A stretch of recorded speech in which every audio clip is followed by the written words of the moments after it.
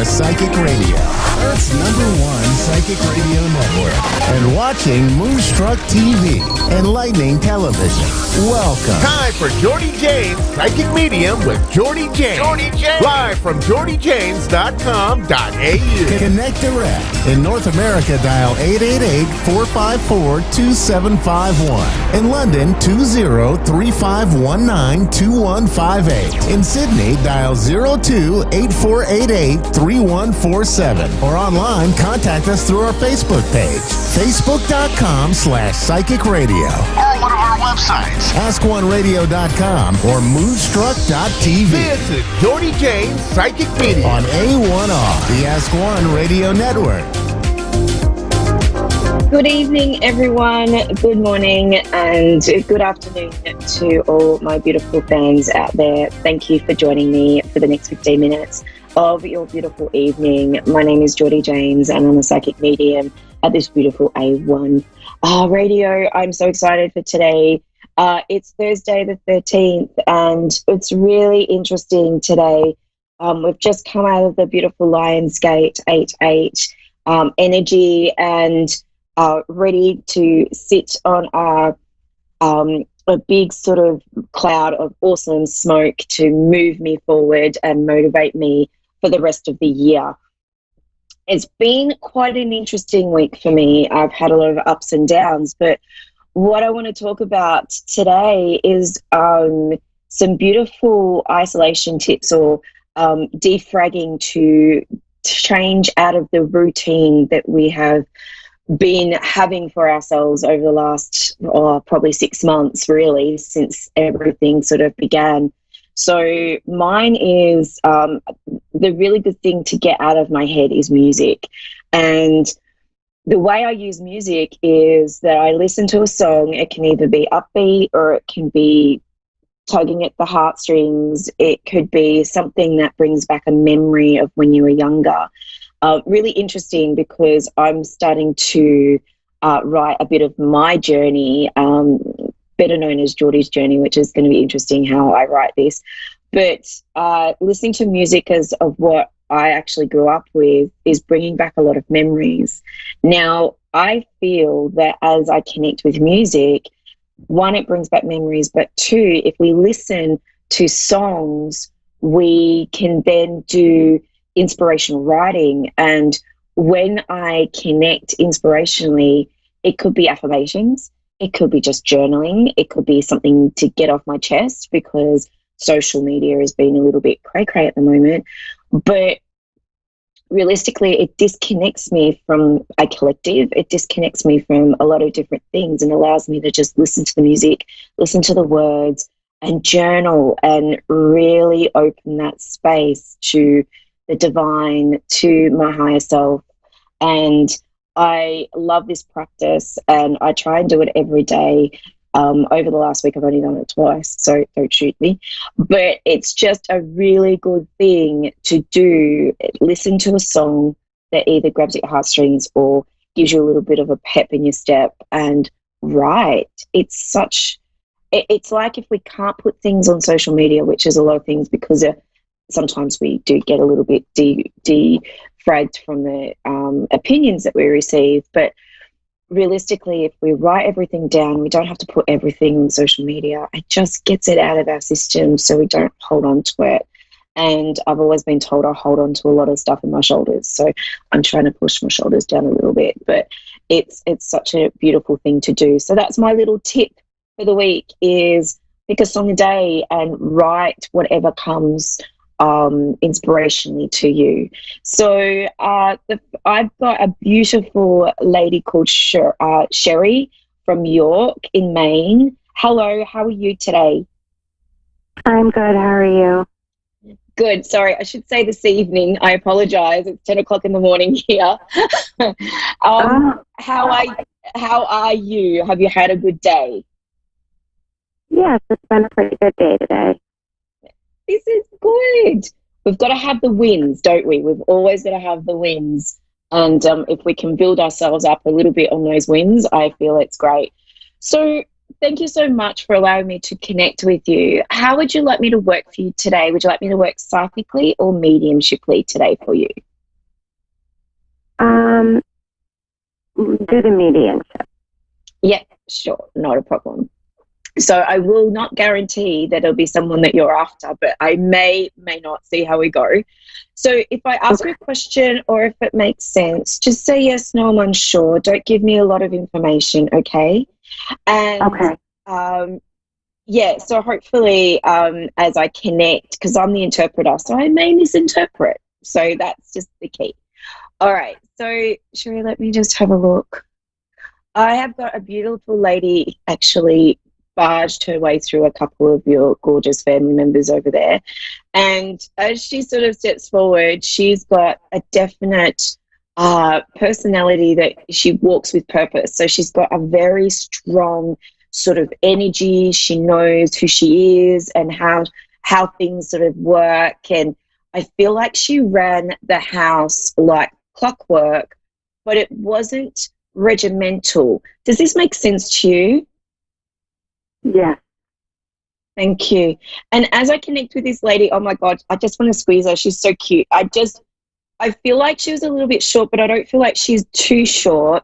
But I just feel like I want to say her smile would literally just light up the room. Would that make sense to you? Even though she might have been busy doing work, her smile would be like, it would just melt. Would that make sense, or make you melt?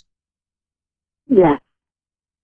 Thank you. She wants to give you a massive hug. She's also bringing a few tears in at the moment, emotionally around you. And I don't know if you're one of three or if you've got three children, but there's just a reference here where she just wants you to keep your chin up, because there has been a lot of things around family that's been going on, and you've been trying to figure out how to work yourself without stepping on people's toes. Does this make sense to you? Yeah. Thank you. And she also wants to give you, now I would call it a vanilla slice over here, but I feel like it might be a custard, something with custard over there. It's like it sort of has those beautiful sort of lattice biscuits and on the top and bottom, and then it's got this beautiful vanilla custard in the middle. But she's like trying to give you a dessert or a slice that would have had custard, vanilla custard in it. Does this make sense to you? Not sure. Okay, that's okay. I just feel like I want to give you like sweets or a dessert just to reward yourself for things that have been going on. Now, she also feels like I want to say I feel like there's nothing but good hugs around her. I just feel like I want to go hug, hug, hug her, hug her. So I don't know if she was a really good hugger, but I just feel like I need to hug you. The other thing too is, have you been looking at some crockery that would have been hers, or you would have seen some cups, saucers, plates that you may have of hers, or that someone's got that you've actually been looking at or seeing? Does this make sense? Not sure.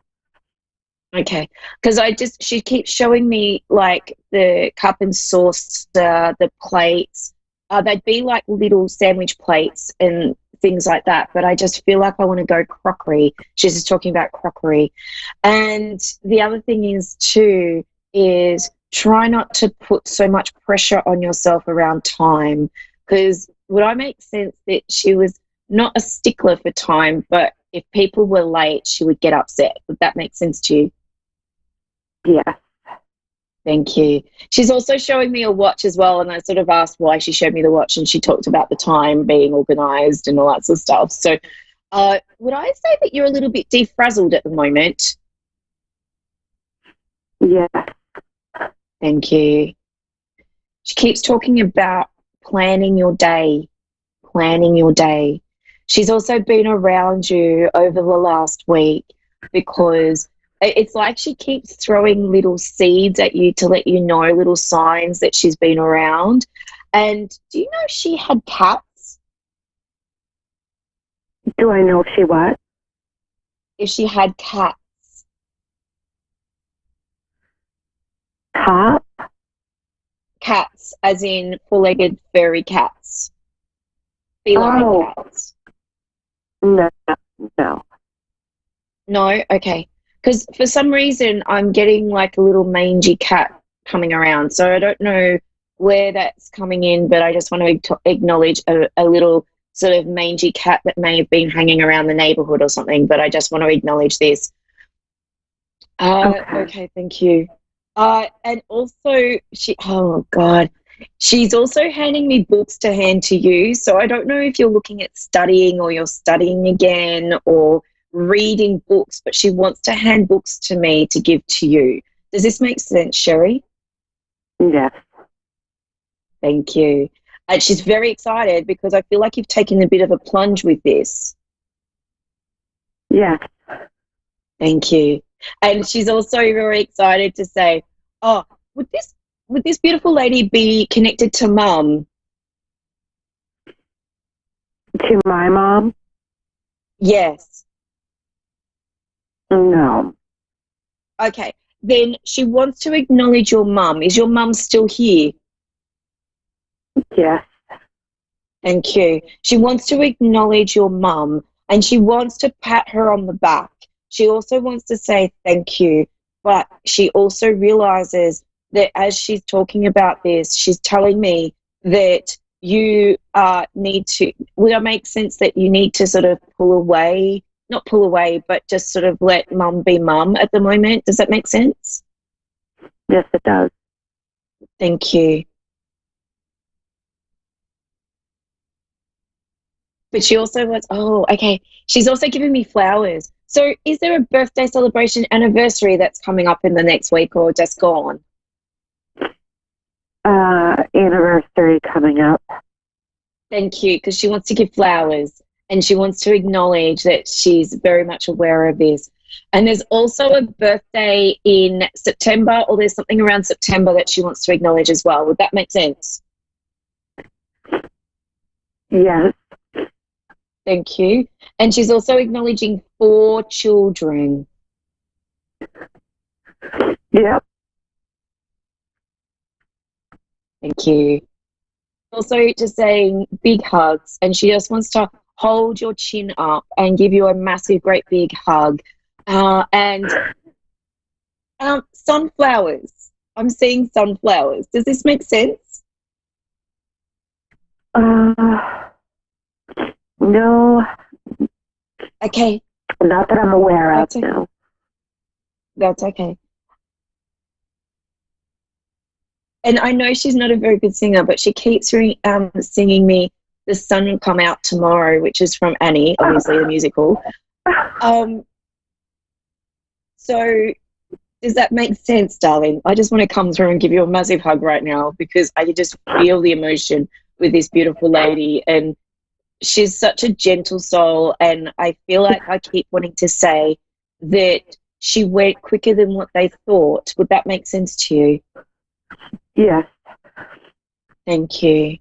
And I keep talking about my throat or about my sort of area around my throat, and I feel like she just wants to acknowledge that it was peaceful for her. Okay. Okay. And I just want to say, please be kind to yourself, buy some flowers, and really enjoy. I know it's 8 o'clock at night over there, but please, or it might be, I can't remember what time you are in, but please, tomorrow, enjoy the sun, enjoy the fresh air, breathe it in, and take space for you. Okay. All right. Thank you, beautiful. I'll leave her love with you. You're welcome, honey. And you can always connect with me on Facebook, on my Facebook page, Geordie Jane Psychic Medium. Enjoy the rest of your evening. And everyone, thank you so much for joining me today. It's been an awesome 15 minutes. And I look forward to seeing you next week. All right. Bye for now.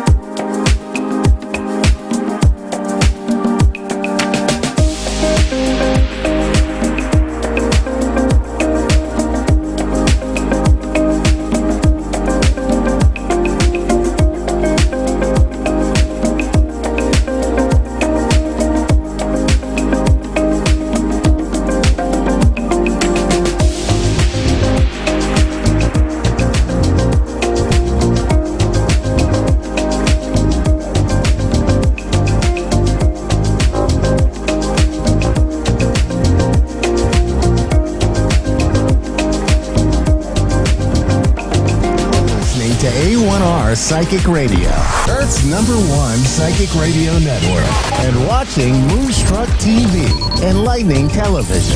Welcome. Time for Jordy James Psychic Medium with Jordy James. Live from jordyjames.com.au. Connect direct. In North America, dial 888-454-2751. In London, 20-3519-2158. In Sydney, dial 02-8488-3147. Or online, contact us through our Facebook page, facebook.com/psychic radio. Or one of our websites, AskOneRadio.com or Moonstruck.tv. This is Jordy James Psychic Medium On A1R, the Ask One Radio Network. Good evening, good morning, and good afternoon, everyone. Welcome to my show, Jordy James. Sorry, I'm just getting all my stuff sorted. A little bit running late, but that's okay. Welcome, everyone, to, my God, it's Wednesday afternoon over there, Wednesday evening over there. So I've been up bright and early this morning because I have just organised myself into a conference on the weekend. I had to do a check-in this morning, so I've been up since, well, my 5 o'clock, which is like 3 o'clock over there. So I might be a little bit like, cuckoo, but that's okay. So thank you, everyone, for joining. And today what's really interesting is my last week was all about, I want to say, setting boundaries with people and people who don't align with my own energy. Really interesting. We've had a few incidences over here in beautiful Australia, Victoria. You've probably heard of it over there. I probably did go worldwide. But what was really interesting is my experience with this triggered me, which is really interesting. We're talking about triggers. Interesting that some people, I want to sort of talk about humanity and how people feel about wearing masks because of the control of humanity. I just want to say just quickly, it's just my point of view. Just remember, disclaimer, my point of view. I don't push this out to everyone, but we have to care for our fellow man. And if we need to look after ourselves, be healthy, and for the common good and for humanity, it's really important to do so. But also looking at humanity and looking in your own humanity, it's all about taking care and being self-care and self-aware of yourself. Really important topic because I believe in self-care, and with everything that's gone on in the last week, I've had to set my boundaries, which has been interesting because I've had a few infiltrators on my page and I've had to deal with that as well. So I always know when I actually have issues with my boundaries and issues with energy that I get infiltrators on my page. It's so interesting. I'm really super aware now. So when I do have things like this, or I do feel like I've got someone constantly on my mind, I go, and I don't want them to be there. I go, okay, boundaries up. So, and self-care for me is a bit of a ritual. So I have salt baths, I use white sage, and a couple of other concoctions that I've actually made up because I do like the woo-woo. I love being witchy-poo, so I do make some beautiful incense concoctions that I can put on charcoal just to clear the energy and clear the air. So it's really important to do the self-care and look after your own environment as well. If we look after each other, look after our environments, it's a huge shift and the collective will change. But that's just my point of view. Don't quote me on that, but we in Victoria do have to wear masks as a precaution now every time we go out, and I'm quite happy to do that to be civil to the common humanity of what we're facing at the moment. So the new normal. Okay, so I have a beautiful person called Angela on the phone. When you're ready, Angela, are you there? Yes. Good afternoon or good evening. How are you? Good, yourself? Yeah, good. Now, I'll just explain. Thank you so much for joining me on my show today. Now, would you like me? I'm psychic and also I work mediumshiply. How would you like me to work for you today? A bit of both, or would you prefer one over the other? How would you like me to work for you? Medium. I thought so. Yep. Oh, not that I'm psychic or anything. Bear with me for a second. Let me have a look. So, as I asked them to step forward, I sort of had someone already, but it may not be the person. I know they're already here because it's already affecting my throat. When I connect, I'm the interpreter, so I may misinterpret things. So if I ask you a question, if it makes sense, just say yes, no, I'm unsure. Don't give me a lot of information. Does that make sense? Yes. Awesome. And also, I'm being told it may not be the person that you're after, but it will be close to. So this is just what I'm being told. So bear with me for a second. I do have a beautiful gentleman with me who is got a really good sense of humour.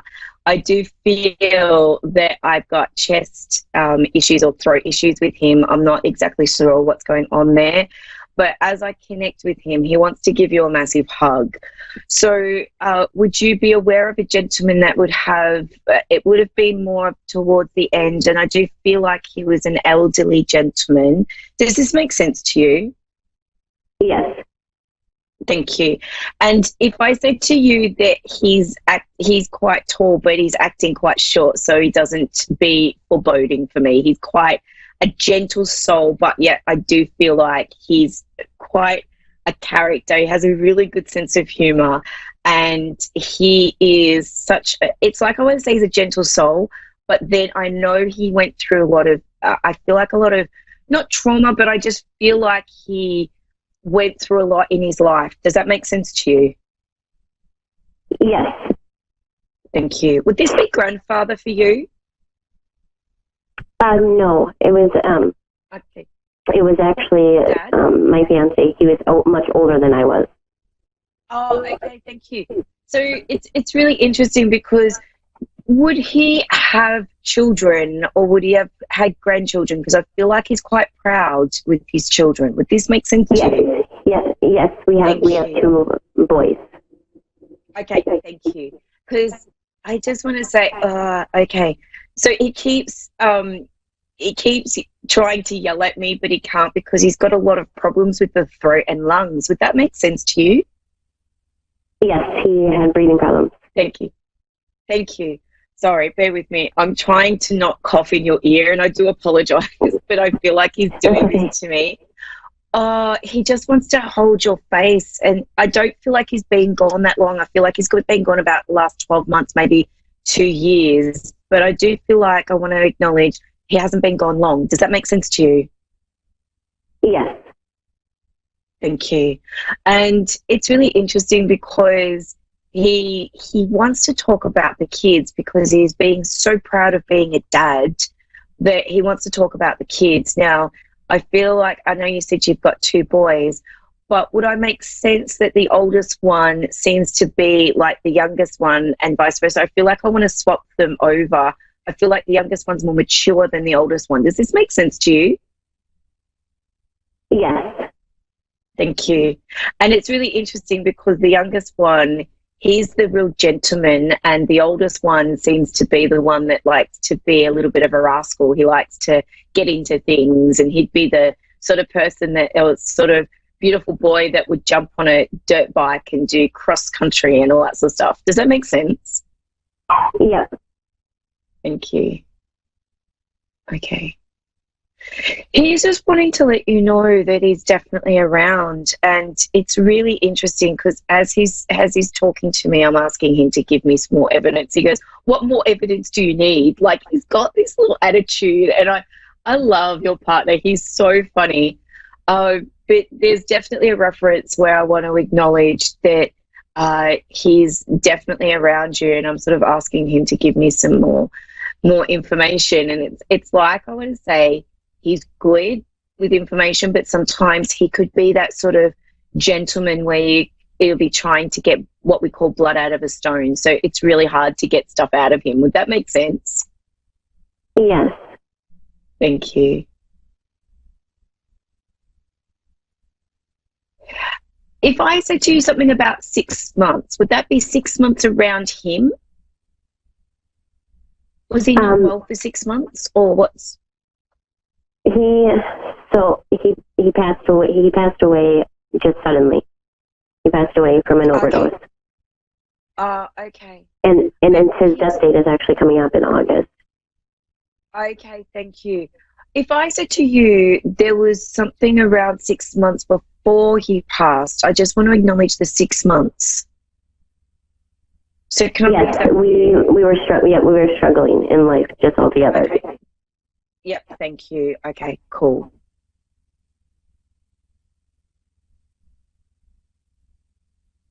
It's really interesting because you say that he sort of took, like, he had that medical thing that's happened. I don't like to put words on it, but the overdose, like you said.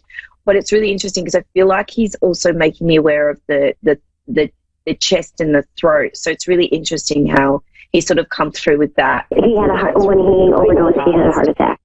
He was having a heart attack at the same time. Okay, thank you.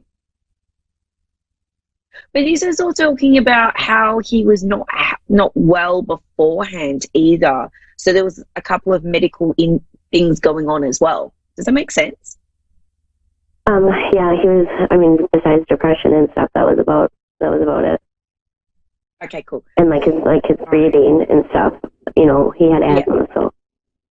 Yeah. Okay. Thank you. Because I'm just like trying to figure out why it's sort of not really showing up what he did or what he did, but what he had.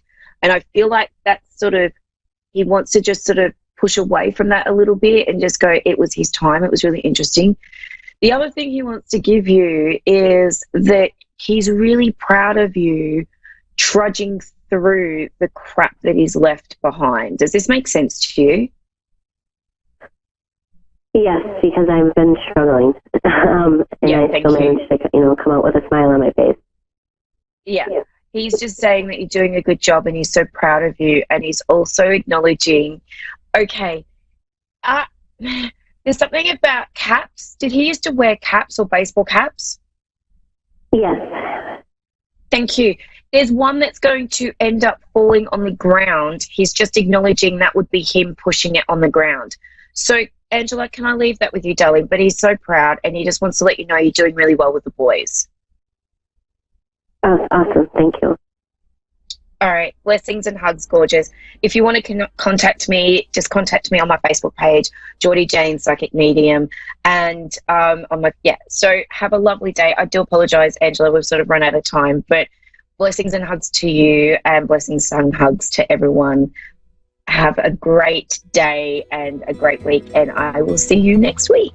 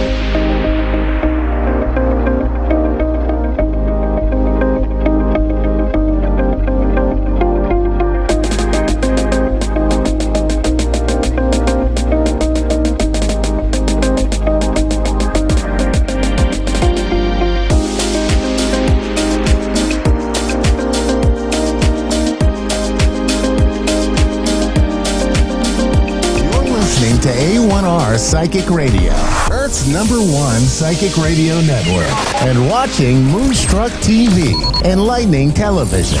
Welcome. Time for Psychic Paths with Suzanne Marie. Live from PsychicPaths.com. Connect direct. In North America, dial 888-454-2751. In London, 20-3519-2158. In Sydney, dial 02-8488-3147.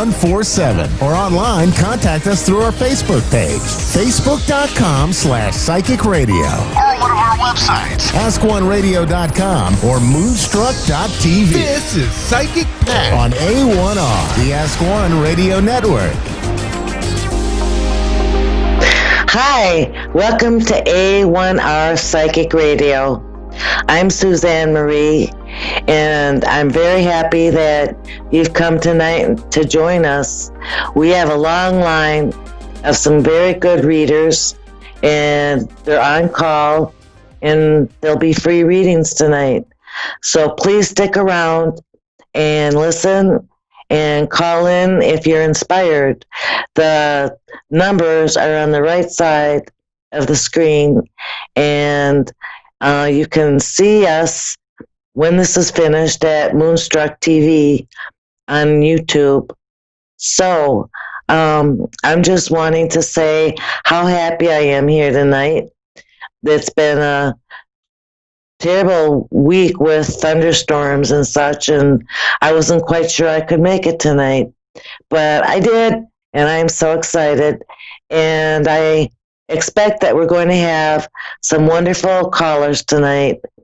If you'd like to visit me on my website, it's www.psychicpaths.com, and once again, I'm on Facebook under Psychic Paths, and yeah, you can check out and see if you like it or not. And I once again want to thank everyone for being here tonight. I hope that I can bring peace and uplift you with any questions that you might have. So I am a clairvoyant, and I'm a light trance medium. And a light trance medium is someone who doesn't get taken over by spirit, but is visited by spirit and can connect with spirit without it taking over my body or who I am. And so I see past, present, and future. So any questions that you want answered, I will certainly do my best. And I hope that everyone has a great night. A1R Psychic Radio is streaming tonight for free live readings. So please join us and call in if you feel like a reading would help you. And yeah, so it's all about calling. And I'm just very, very pleased to be here tonight. Summer is almost over, so I hope that everyone is enjoying things that are going on right now. We have Shauna from Kentucky. Hello? Hello, how are you? I'm doing good. How are you doing? Well, I've seen better. I'm sorry to hear that. What can I answer for you tonight? Right now, it's like my current situation, like the issues that's going on. Not sure how to handle them or how to go about, if it's going to pass, is it going to get better? I'm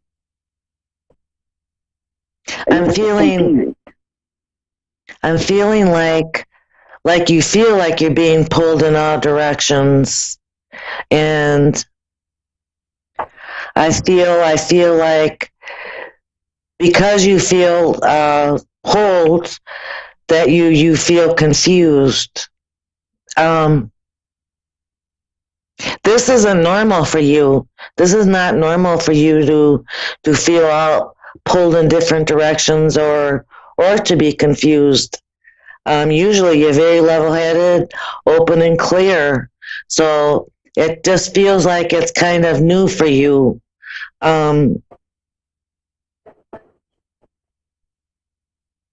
That would you say that you've done a lot of growing as a person in this last year, 2020? Absolutely. Like there's Absolutely.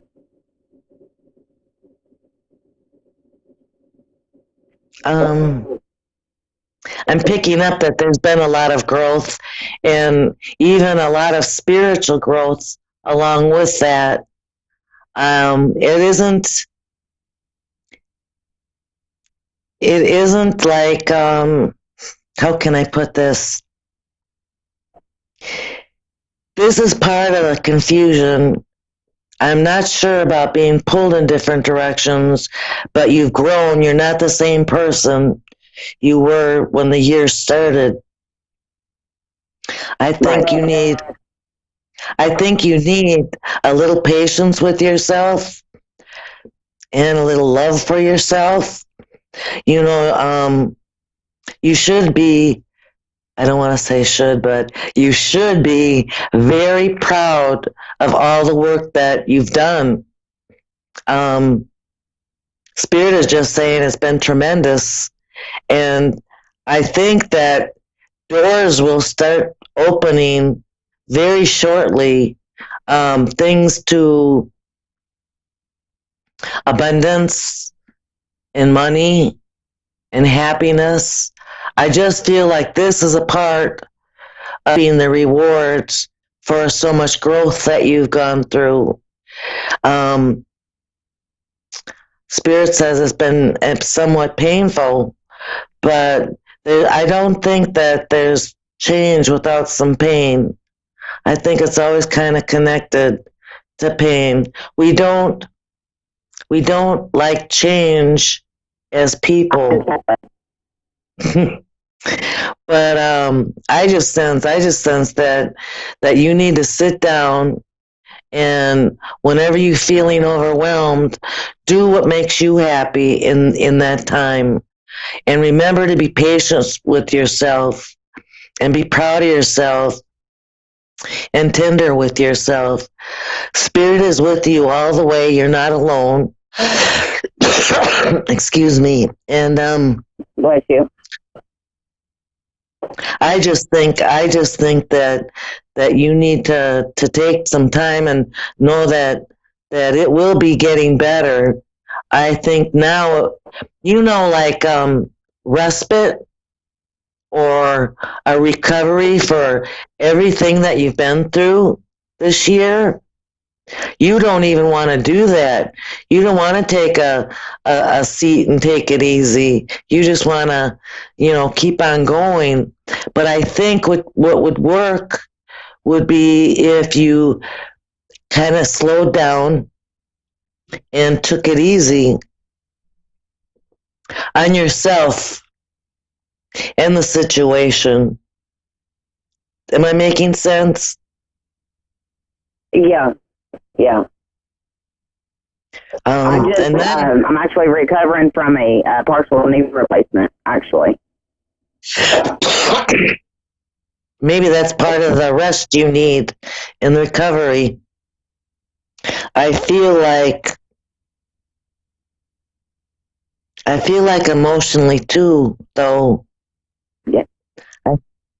I think you need to take some very loving steps to just be impatient with everything and don't rush everything, to keep going. Do I make sense? Thank you. Yes. So that's what I would say. You're doing good. You're doing super. You're doing wonderful. And everything is just... The situation that I'm in now that I really have questions about is, like with my kids and the situation there, is that going to get easier?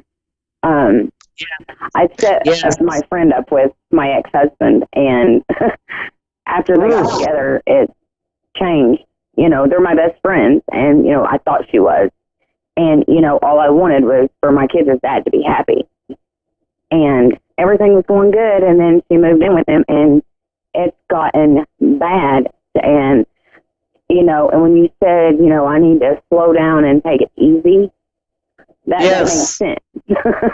Because I've been a raging bull. And, like, my emotions, you know, I've cried every day for a week, you know, so far. And, you know, this lady, I feel like she's blindsiding my, you know, because my kids won't talk to me now that she's there. It's going to work out. It's going to take time. You need to be easy on yourself. And maybe what Spirit wants you to do is to step back from that situation and rest yourself from that. Though your kids are going to come back, and that's because you're their mom. But if you just step out of that situation, okay? Okay. Step back and take the time to love on you. Worry about you. Okay. I'm sure it's going to be okay, honestly. Trust me. Okay. Well, you have a good night, and thank you so much for calling. And thank you. And what was your name again? I'm sorry. Suzanne. I'm Suzanne Marie. Suzanne. All right. Thank you, Suzanne. Bye-bye. And we have another call. Ivina? Lavinia. Hi. Hi, Lavinia. How are you doing? I'm alright. How about yourself? Doing good so far. What can I help you with tonight? If I'm drawn to my nana, if that's okay. Or received anything from a loved one. Okay, hang on a second.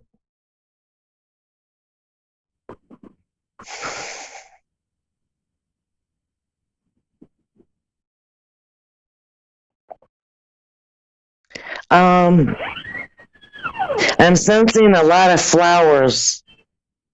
There's a lot of flowers going on. Yes, and there's supposed to be a scent with that. I think your grandmother's here. She was she the type that loved to listen to you? Like she had time? She's here. She wants to hear all about it, she said. She kind of leaned in like, I want to hear what she has to say. I want you to know that your grandmother's doing well, and she's at peace, and she watches over you. And there are times that you talk to her. She says you talk to her, and she's there. She's listening when you talk to her.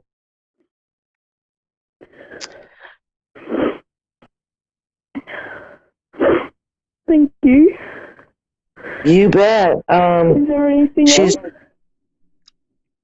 I know you miss her, and you'll be together again someday. But she's watching over you. Because she passed doesn't mean her love stopped or your connection and bond. It's still strong, and she just wants you to be happy, and she wants you to know that she's okay. Yeah, that's what her message is. Her message is to keep talking to her. She hears you and she loves you. Thank you so much. Is she the only one that's around? It seems like that. She took over anyway. You know, she kind of bogarted her way to talk to you. So, and Yeah, she came with flowers and she came with some fragrance or perfume. Yeah, she loved a lot of flowers and she was full of perfume. I want you to know that she hears you and you can talk to her, and she's not far. She's as far as your ability to conversate with her. Okay? Yep. You're doing good. Let me see if I can get her to let some other people. All right, thank you.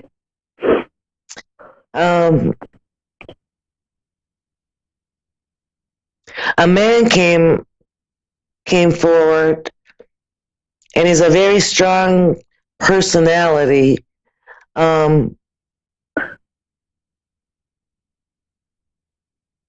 Yeah, he's a hard worker and he doesn't take no stuff. He's here. That's my dad. Okay.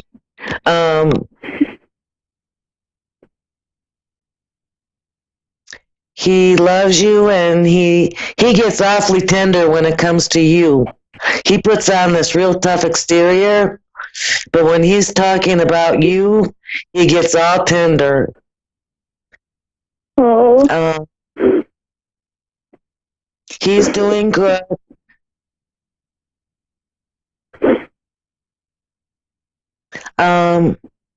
Yeah, he's doing good. He loves you. Thank you. And he says that there's something else going on in your life, and he is with you right now. That there's some kind of don't want to say a problem, but a little bit of an issue, and he is there with you. He stands with you on whatever's going on. He's helping you. Yeah, okay? That's where I get my strength from, I reckon. Oh my goodness, he is tough. I can only assume. Is he a very smiley, happy person? He is. He is. My dad. But he definitely carries that he can take care of anything kind of attitude.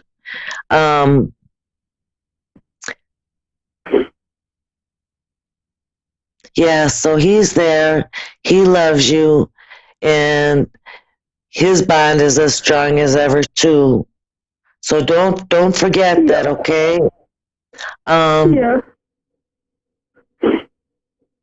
There's a thing between you and him and your grandma that's kind of like they kind of disagree on something.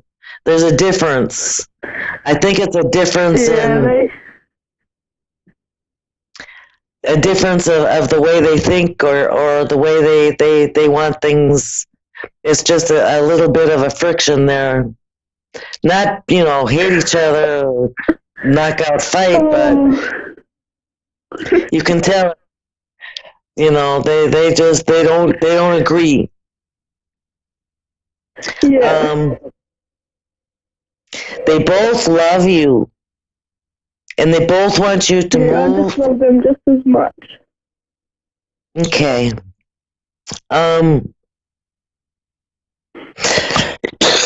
Excuse me. That's all right.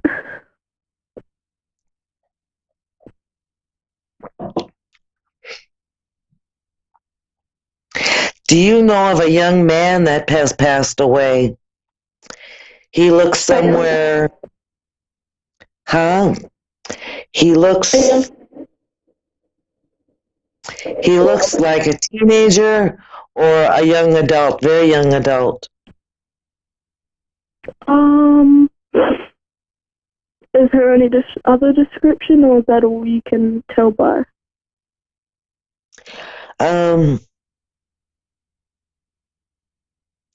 It looks like he's worried. He has a worried kind of past, and I sense that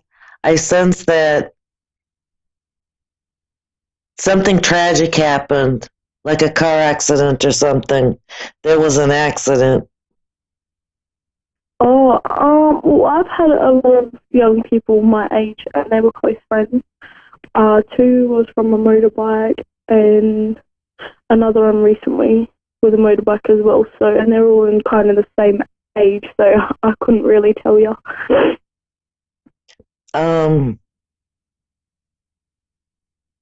He says, "Oh, you know him. You know this one." Yeah, but that's okay. He's not giving me a name. But I think there was a time with this fella that you had spent some time with him. Like it wasn't in a group. There was a conversation. He's come to say hello. He's come to say thank you for being very kind when he needed it. He seemed to have been going through some hard times, and the person that showed him some really good kindness, and he says you were a good listener, was you, and he truly appreciates you. Oh. So, yes. I would not have a clue who it is, but I'm so thankful that they've come through and told He what has they really brown think. hair. He has brown hair, and it's not short or shaven. It's a regular long boy's haircut. Oh. And he's kind And of he's thin. around what age? Yes, he's like a young adult. Young Young adult. teen. Yeah, older teenager, like maybe 19, 20. Teen. And he Yeah, died of a car accident or something? yes. I think you'll remember later because he's not going anywhere. He's going to be hanging around you for a little bit. And so is your mom and dad. So, yes. Is there anything else I can help you with?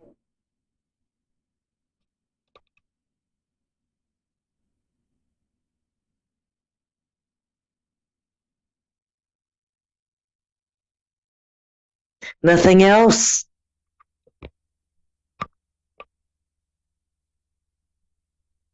Well, apparently I've been cut off or I had a drop call.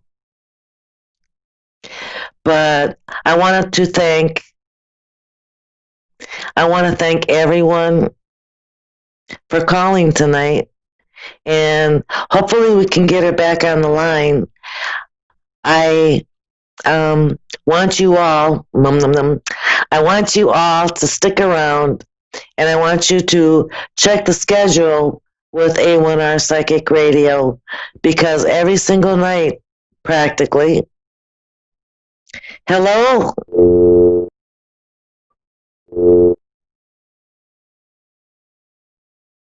Hello?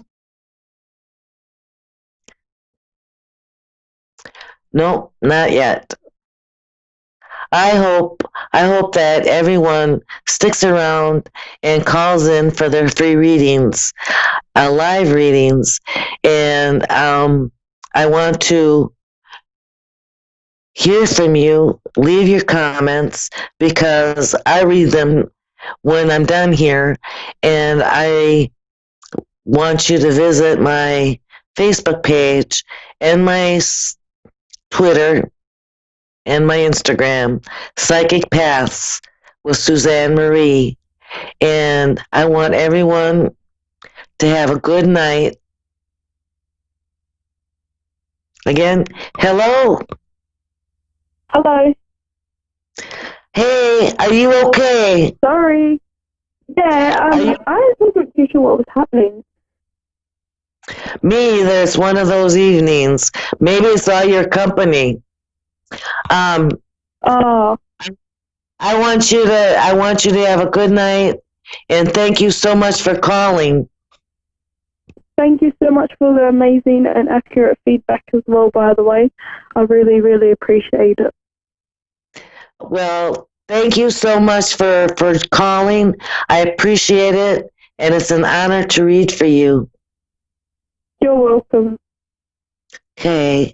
Just if you cross them ever again, just tell them I love them so much, and I really appreciate that they'd come through to have a little message for me. I will. Thank you. And you too visit my Facebook page, Psychic Paths, okay? Let me know you're around. All right. Yeah, I will. You have a good night. Thank you. Okay, so another Wednesday evening, and I loved it. I had so much fun. And I will see you next Wednesday, 7:30 Wednesday here. And I'll be looking forward to seeing all of you. Thank you so much for the wonderful readings.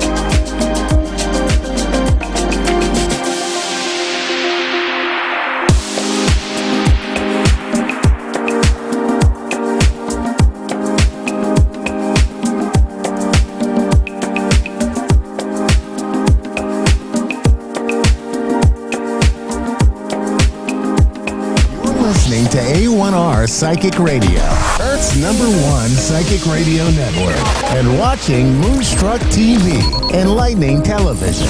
Welcome. Time for New York City Celebrity Psychic with Perry Lyons. Live from PerryLyonsBrilliance.wixsite.com/Perry Lyons. Connect direct. In North America, dial 888-454-2751. In London, 20-3519-2158. In Sydney, dial 02-8488-3147. Or online, contact us through our Facebook page, facebook.com/psychic radio. Or one of our websites, AskOneRadio.com or Moonstruck.tv. This is New York City Celebrity Psychic On A1R, the Ask One Radio Network. Oh, hello. Hi, my cherished ducklings. How are you today? I'm Perry Lyons. This is Moonstruck TV and A1R Radio. This is Earth's largest psychic network. I am, in fact, Earth's largest psychic. I'm 900 feet tall. I just have a really big camera. Anyway, I hope you guys are surviving. I hope you're staying 6 feet away from everybody. So much for the baby boom. And I thought I'd start the show this week with something we used to do, which was the tarot weather, where I would pick 3 cards that would be sort of the weekly tarot weather forecast. And because I've been teaching tarot to a friend of mine named Rafaela, if you're watching, hi Rafa, I got really interested in it again. So I thought, I also spilled orange juice on my cards this morning. Trying to do, even when I try to do an imitation of a normal person,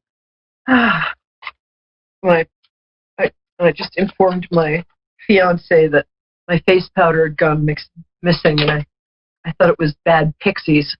He backed away slowly, which is his usual response. Anyway, I'm very happy to hear you. I can't actually see you, but I hope you can see me. Hope you like what you see. And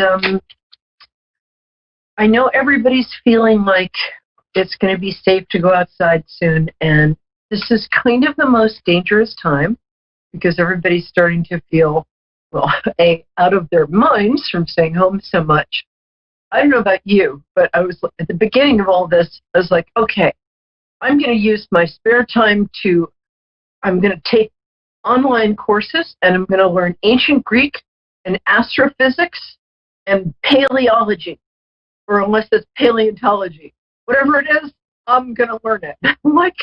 So I watched reruns of Columbo. Same thing, really, when you get right down to it. But what I'm trying to say is, if you haven't been as productive as you had expectations for yourself to be, she says grammatically, then please don't be hard on yourself. If you've stayed in bed all day with the heating blanket on, naming no names, I certainly didn't do that.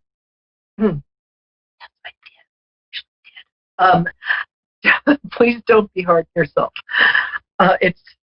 There's things are getting better, but please, don't jump the gun. Don't go out in public without masks and without gloves and without staying 6 feet away from people. Remember to wash your hands when you get home. I'm an introvert and so I've been in training for this all my life, basically.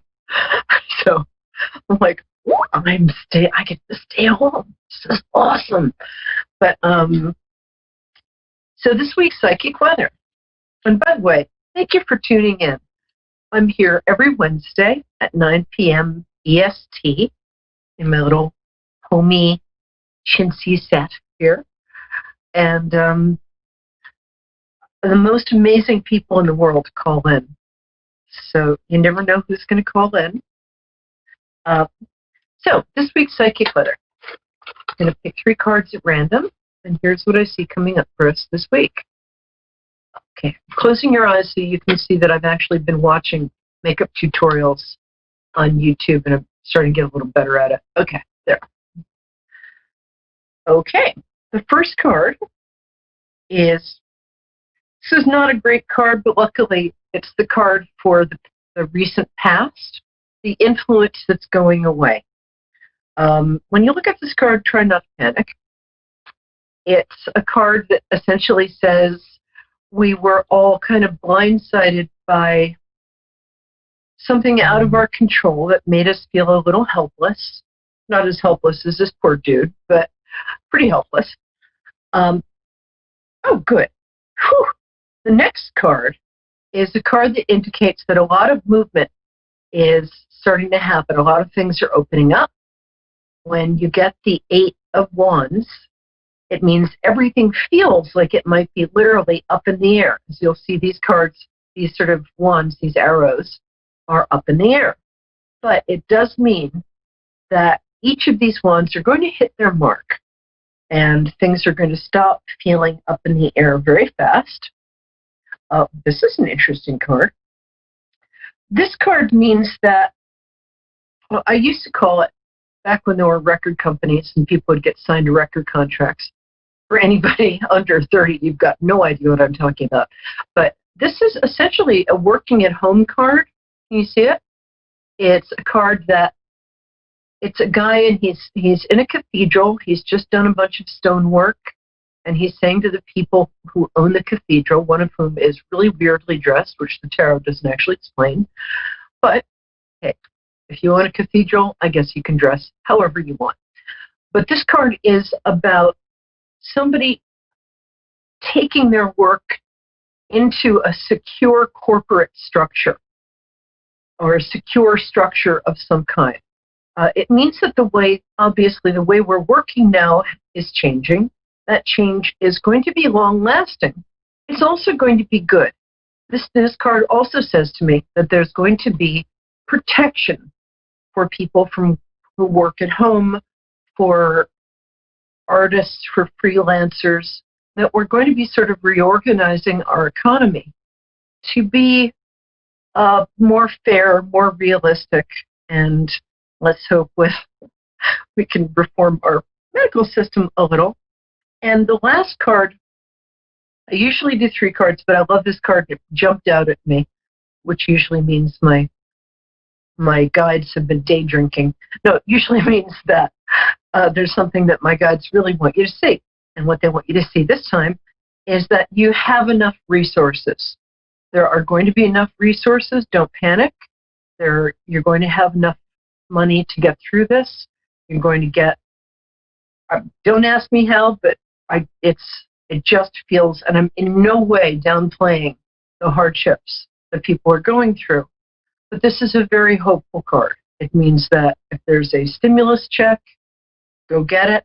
It means that you probably get a larger tax refund than you were expecting. It also means, in reference to the last card, that the work you've been doing from home has been very good, and you're going to get recognized from that. You might even have started a side hustle.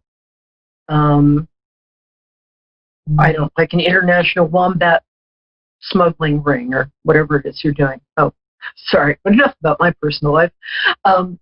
Anyway, so those are extremely good cards. So I'm very happy about that. Oh, what a pretty name. Is it Renica? Reneka? How do I say that? We have Reneka. Reneka? Because it was spelled with an N. Did you mistype, Dave? Anyway, we have, it's Rebecca. Dave, you mistyped. I'm sorry, yeah, Rebecca. Rebecca. Your name is now Rebecca for the rest of the time. Can you hear me, baby? You sound very far.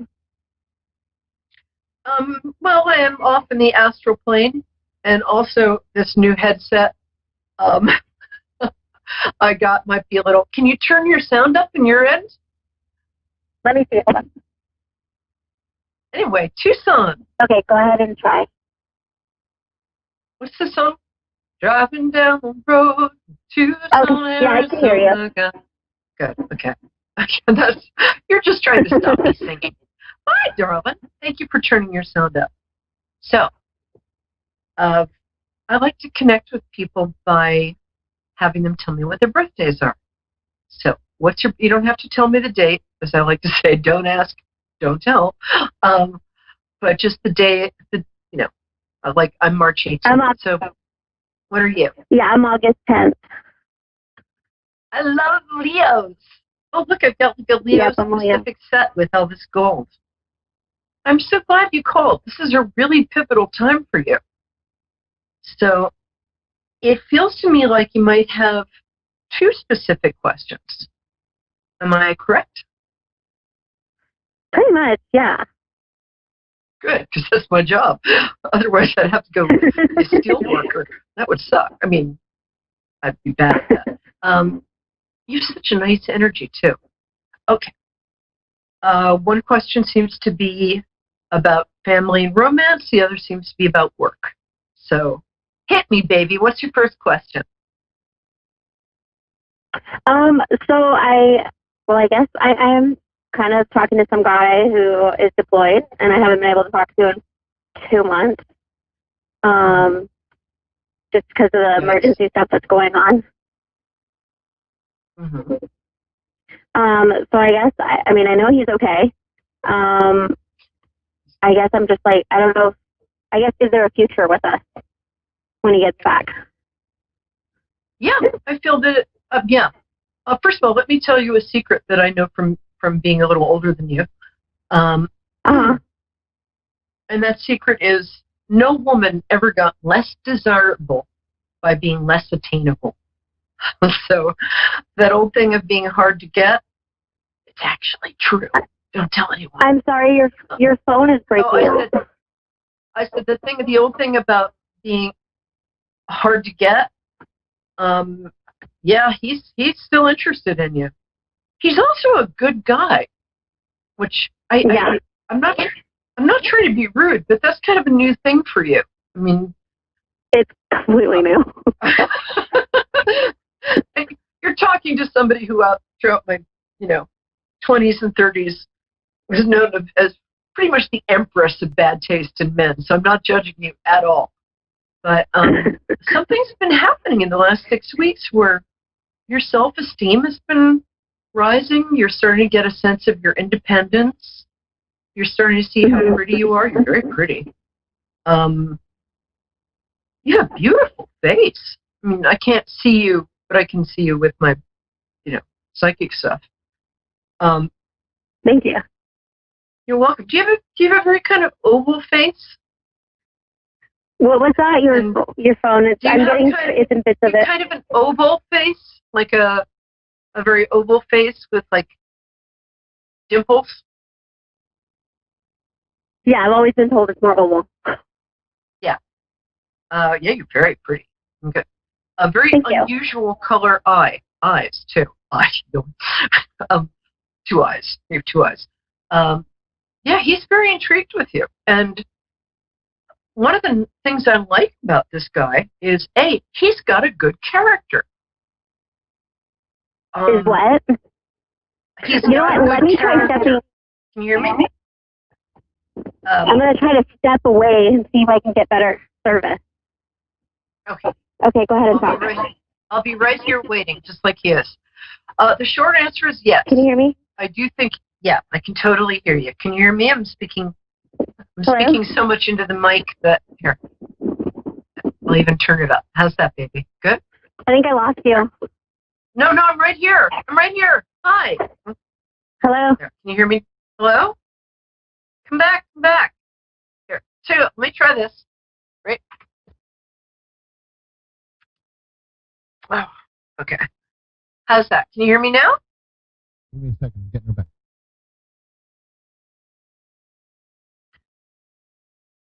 Driving down the road to Tucson, Arizona, got 7 men on my mind. Okay, hi. Much better. All right. So the first thing I said was no woman ever gets less desirable by being less attainable. So he's missed you. He's thinking about you. He's interested in, I think you guys have a future. Now, in the past, I'm going to give you a little motherly advice. You tend to overgive with men. Mm-hmm. So I want you to, it's really, this is going to be hard, but I want you to do this, and I'm going to be checking up on you. So I want you to not like overproduce and not, so let him call first when we're all out of quarantine. Let him take you to dinner. Don't offer to go make him dinner. Sorry, I just remember meeting a cute guy in my 20s. I was like, hey, why don't you come to my house and I'll make you great fried chicken. And I could not see him for the dust. Zoom, he left. So this is a case where I want to have you let him pursue you a little. He's really interested in you, so you got nothing to worry about. Awesome. And I don't usually say this. I almost never say this, but he could kind of be the one. I've felt that. That's why I've been so, yeah. Yeah, when you guys met, you sort of felt like instantly at home with each other, right? Yeah, so what happened was I moved up to Washington for some strange reason. I was only up there for 10 months. I moved up to Washington and I met him there, but he was stationed in my hometown, so that's how we became friends. Oh, that's really nice. So he was up there visiting his family for the holidays, and then he told me he was from Tucson, and I was like, oh my gosh, no way. And then because of COVID-19, I lost my job and I had to come back home. So I've naturally, I didn't make the decision for him, but now that I'm here, I'm kind of like, okay, is it fate? Oh yeah, that sounds like destiny to me, dear. Don't worry about your job. I don't think that was the job for you anyway. I think were you in some sort of service or customer service business? Yeah, I did property management, so yeah, you can say it's customer service a little bit. Yeah. No, I think there's a new job in your horizon that's going to be a lot more interesting to you. You're a natural connector. You connect people. I think you have a lot more friends than you even know you have. And you're also a natural manager. You're good at leading teams, especially now that you're more confident. So I see you going into a slightly different line of work in a more managerial capacity. And I think now that you're back in Tucson, call people and say, hey, I'm looking for a job. I'm great at this. Don't be shy, because you undersell yourself a bit. And I would love to have you work for me. You're reliable. You're honest. You help little old ladies across the street. I mean, you're good. You're a good worker. Yeah. That's true, right? I'm a workaholic. Yeah, there you go. Yeah, kind of got that.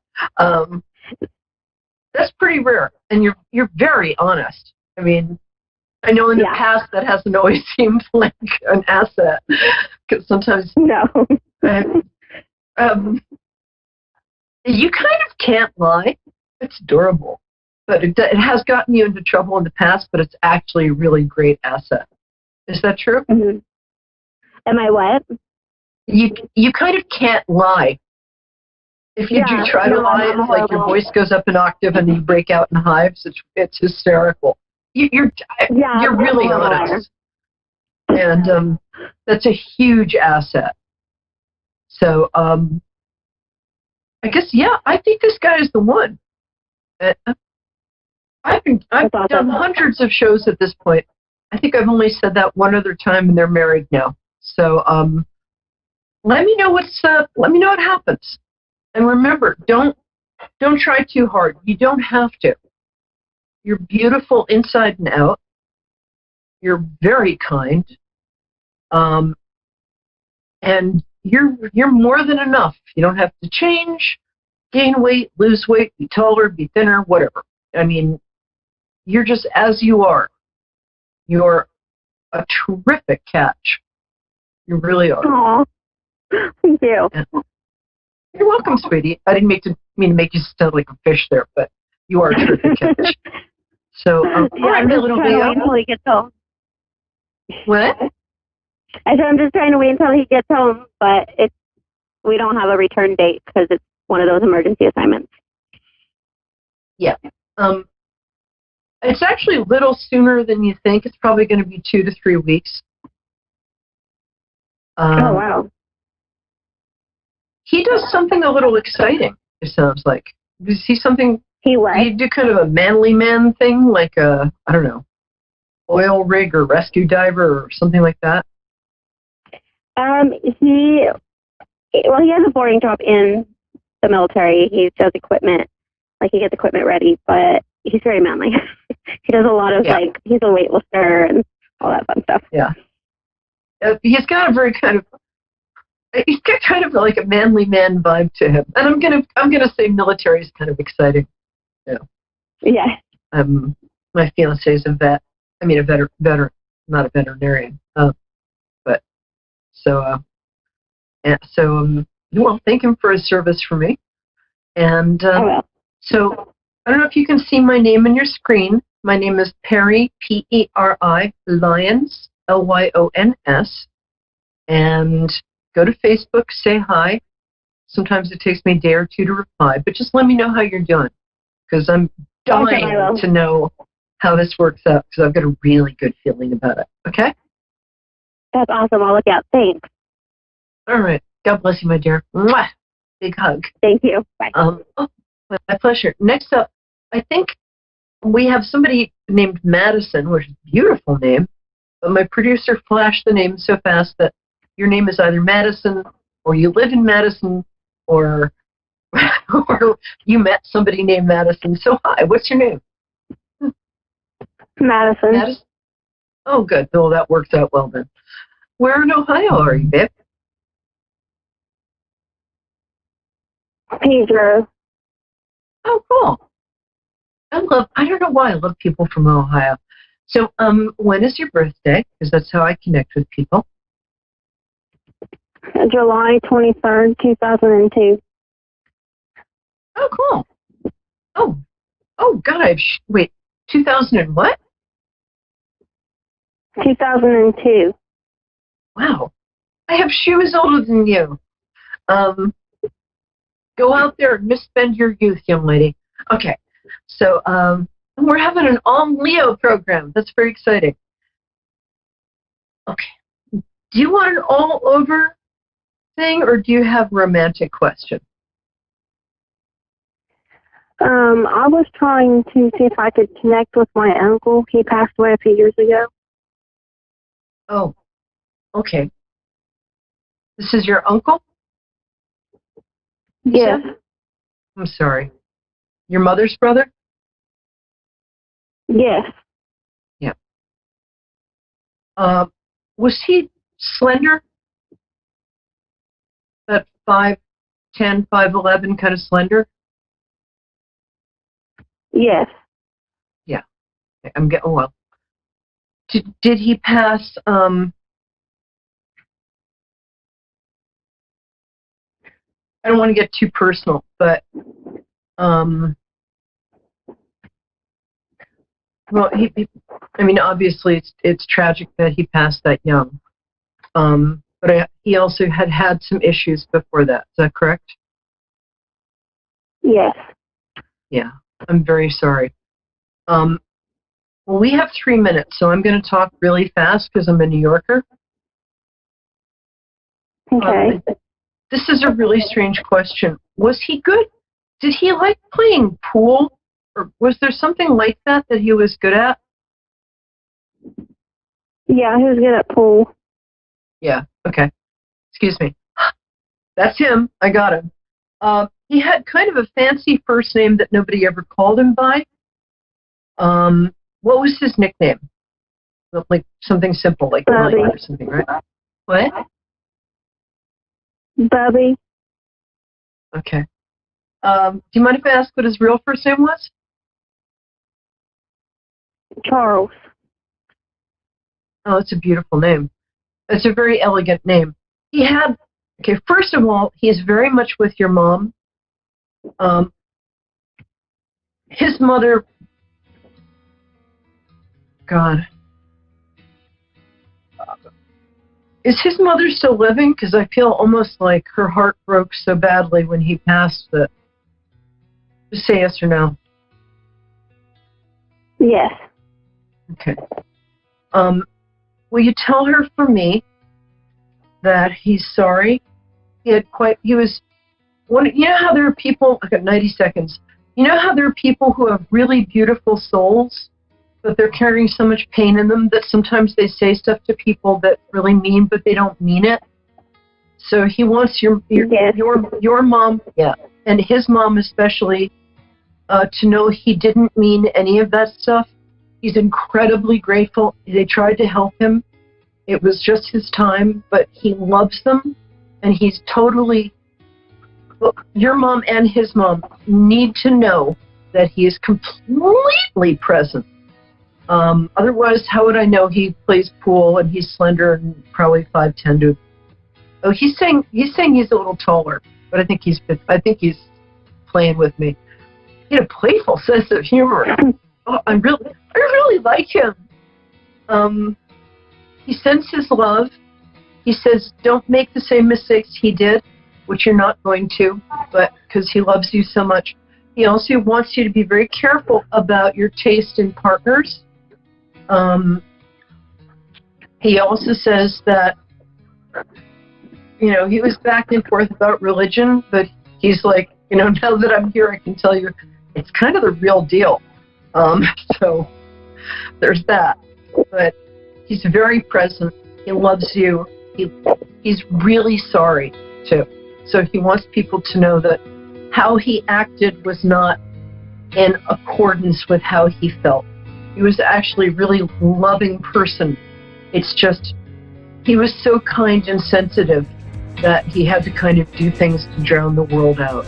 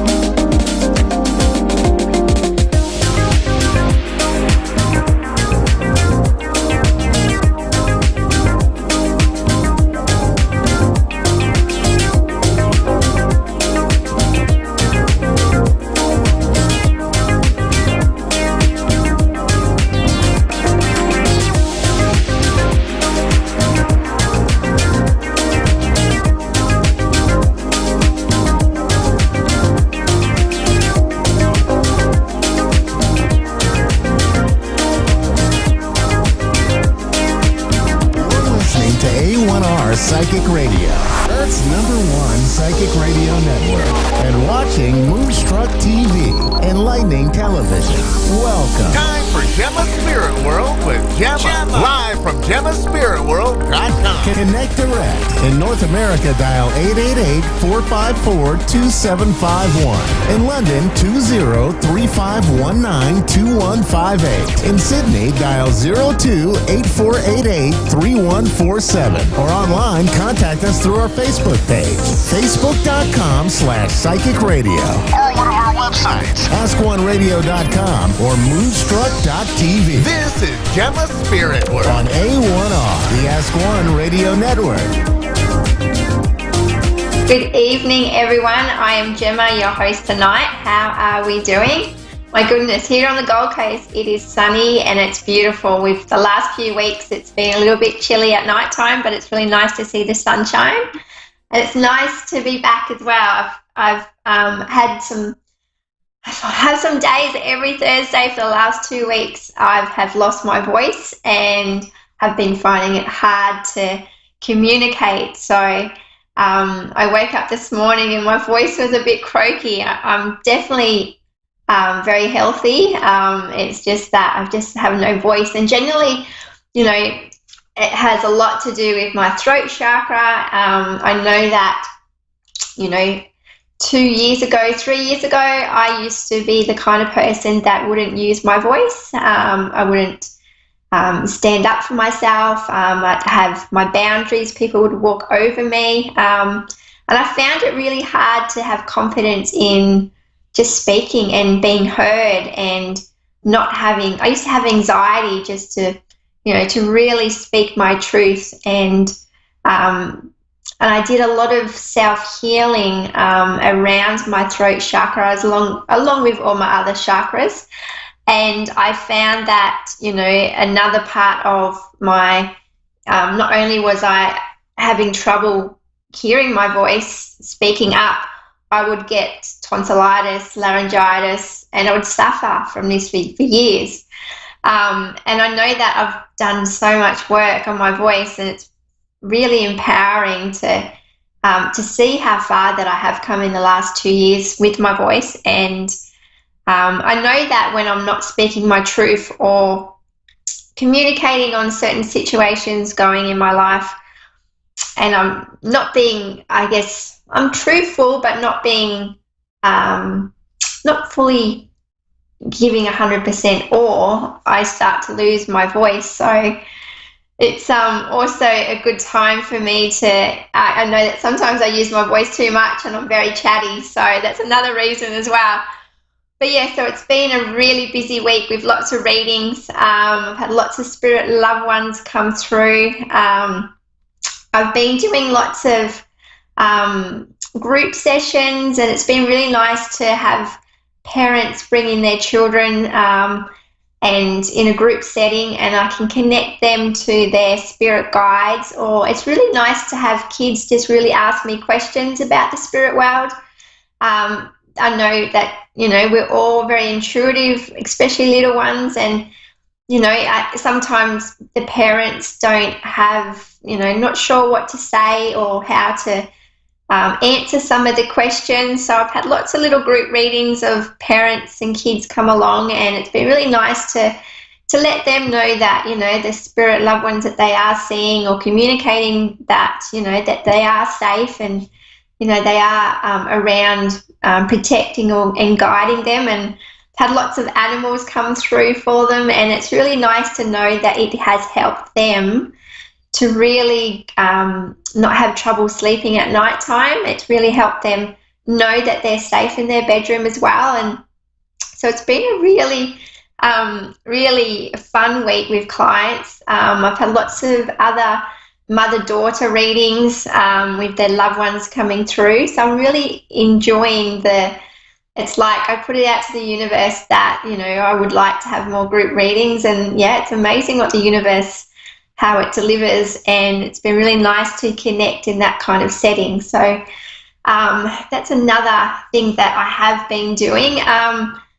Lots of spirit animals have been around me lately, so it's been really nice to connect, just to let people know that not only are our loved ones in spirit, our pets are as well, and it's really very soothing and healing, and helps people move forward knowing that their loved ones, their animals, are also safe. So yeah, so that's been my week. It's been really, it's been a beautiful week of connecting with all different ages and just helping people to really bring through confirmation and insight in where they're going in life.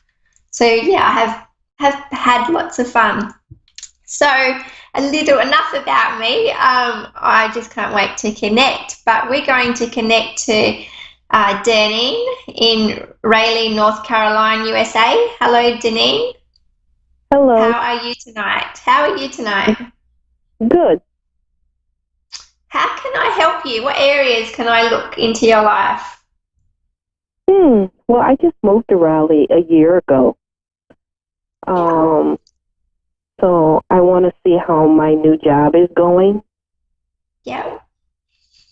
Okay, so what else? Yes, yep, keep going. And I did leave somebody back in Connecticut that I loved, and he did ask me to marry him, but I thought he was joking, so. Yeah, yeah. Okay, so I'm just going to look at your work at the moment, and then I'll come back to your loved one. Around your work, I had images of like I'm going to show you what I had. I had like a volcano. It feels like there's lots of, any new environment and workplace that's very new to us is very, it takes a little bit for us to get on our feet and to really feeling comfortable with our surroundings. But there seems to be a lot of people in your workplace just seems to be there's some issues. There's some issues within your workplace at the moment that feels like it hasn't an ongoing issue that's been going on between two other colleagues that seems to be affecting everyone within the workplace. Have you noticed anything like this kind of behavior at the moment? Not really, since we've been working from home. Okay. So so have you got two people that within your work that have had some issues, like not with you, but like, because I've got two people around you, and it seems to be like there's some kind of ongoing issue that they've had, either with something in the past or with other people. I just keep seeing two people around you, and it feels like there's an issue that seems to be boiling over, because with what I've been described, I keep seeing this volcano around you, and it feels like something is erupting. Probably could have been before I came into the picture. I'm not for sure. Okay. Yeah. Okay. And with your clientele base, have you got return customers coming to you? Because this is probably what I'm seeing is return customers or return customers from within the business. It just seems like just be wary of two people around you.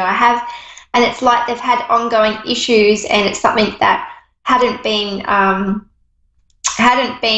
resolved in the past, and it seems like they still have an issue with something. I keep seeing lots of communication, telecommunication, cross wires, something in regards to communication being crossed.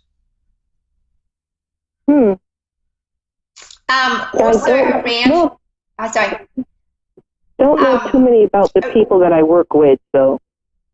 Okay. Also around you, I've also around work. Have you had some issues with your eyes around work at all? With one of your eyes? At my old job, yes. Okay, so that was with your old job, because I can feel that in my eyes at the moment, and I'm having just trouble seeing out one side of my eye. Also, within your workplace too, don't be afraid to use your voice. I've had a tickle come through at the back of my throat, and it's just letting me know that, if there's anything that needs to be raised, any kind of concerns, don't be afraid to really have those issues be clear. And just communication there's lots of communication around you that seems to be a bit cross-wired. And it's just how the communication is delivered. It's like it's heard, but it's not seen. So obviously where the action isn't, like it's taken, but there still needs some tying up on a few things. Does that resonate with you with what I'm saying? Because it's just with what I'm seeing is what I'm trying to describe for you. Mm-hmm. Also around your work as well, like it feels really good. It feels like there's, I see an influx of money coming your way as well, but it feels like it's interesting because right side, it's okay, so it's more your side. Okay, so are you in this business with your partner as well? Oh, no, because your partner's, because I've got a partner coming through. Hold up. Okay, just a question. With your partner who had proposed to you, had you done any kind of work together? We were thinking about it, because he does works on homes and stuff. So I don't know. I don't know if he still cares. I don't know if he's going to try to move down here because Raleigh, North Carolina well, pretty much North Carolina is the state that he used to live in years ago. Yep. Okay, so I just think there's some communication issues around that, but what I'd seen him that he was wanting to work with you with something in regards to work, because that's what I keep seeing him coming into the picture, coming up, stepping up, because he's coming from behind. Because as I was talking with your work, I kept seeing him beside you. I also see that it's interesting because I've still got this ticklish throat in the back of my throat, and there's some irritation around communication, more so on his behalf as well. And my head, is he in constant communication with you at the moment? Is he texting you or messaging you quite a bit? No, he's not. He texted me one time about a week and a half ago, and he said he loved me, but that was it. And that was it, okay. Because my head hurts around the communication, so I'm just seeing where this is going. But I do see that he's there but not in front of you, so he's still behind you.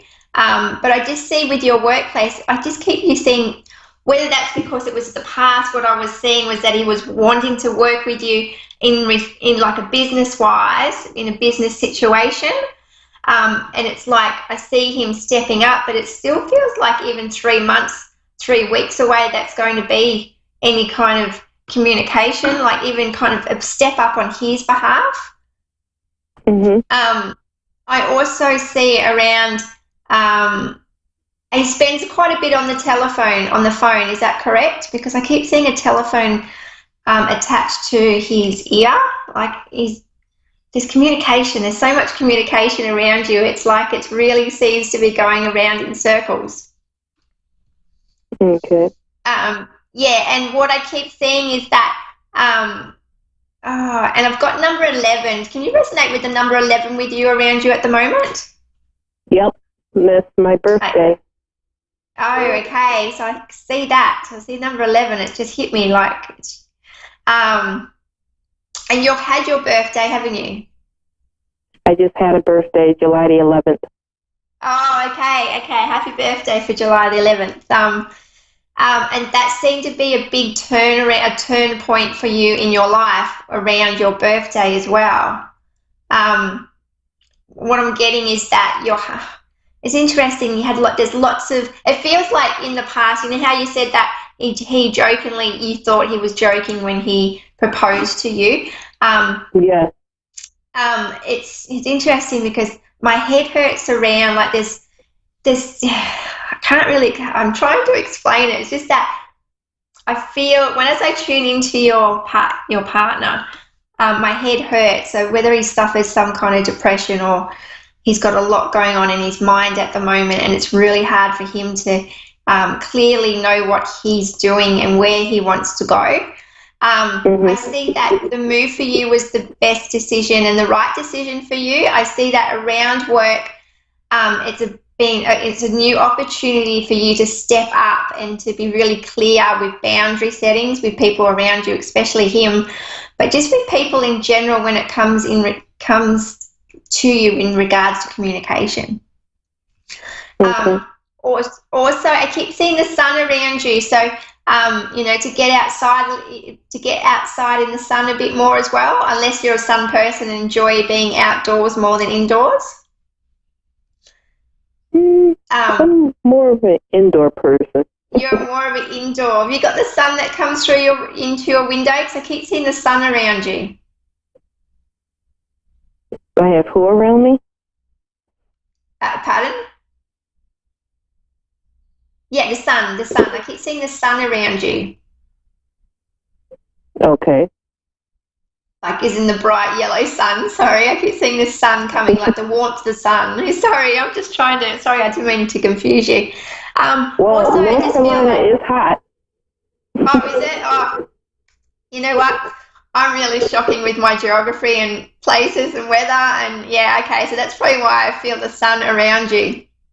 I just see that communication is huge at the moment. I feel like your heart's still back with your partner. It's been up and down for you lately. So to be really gentle on yourself, I feel your energy, and it feels like, I guess, having just there's lots of questions whether you did the right thing, but what's coming through is to really notice how you feel now than you were when you were in back before you moved.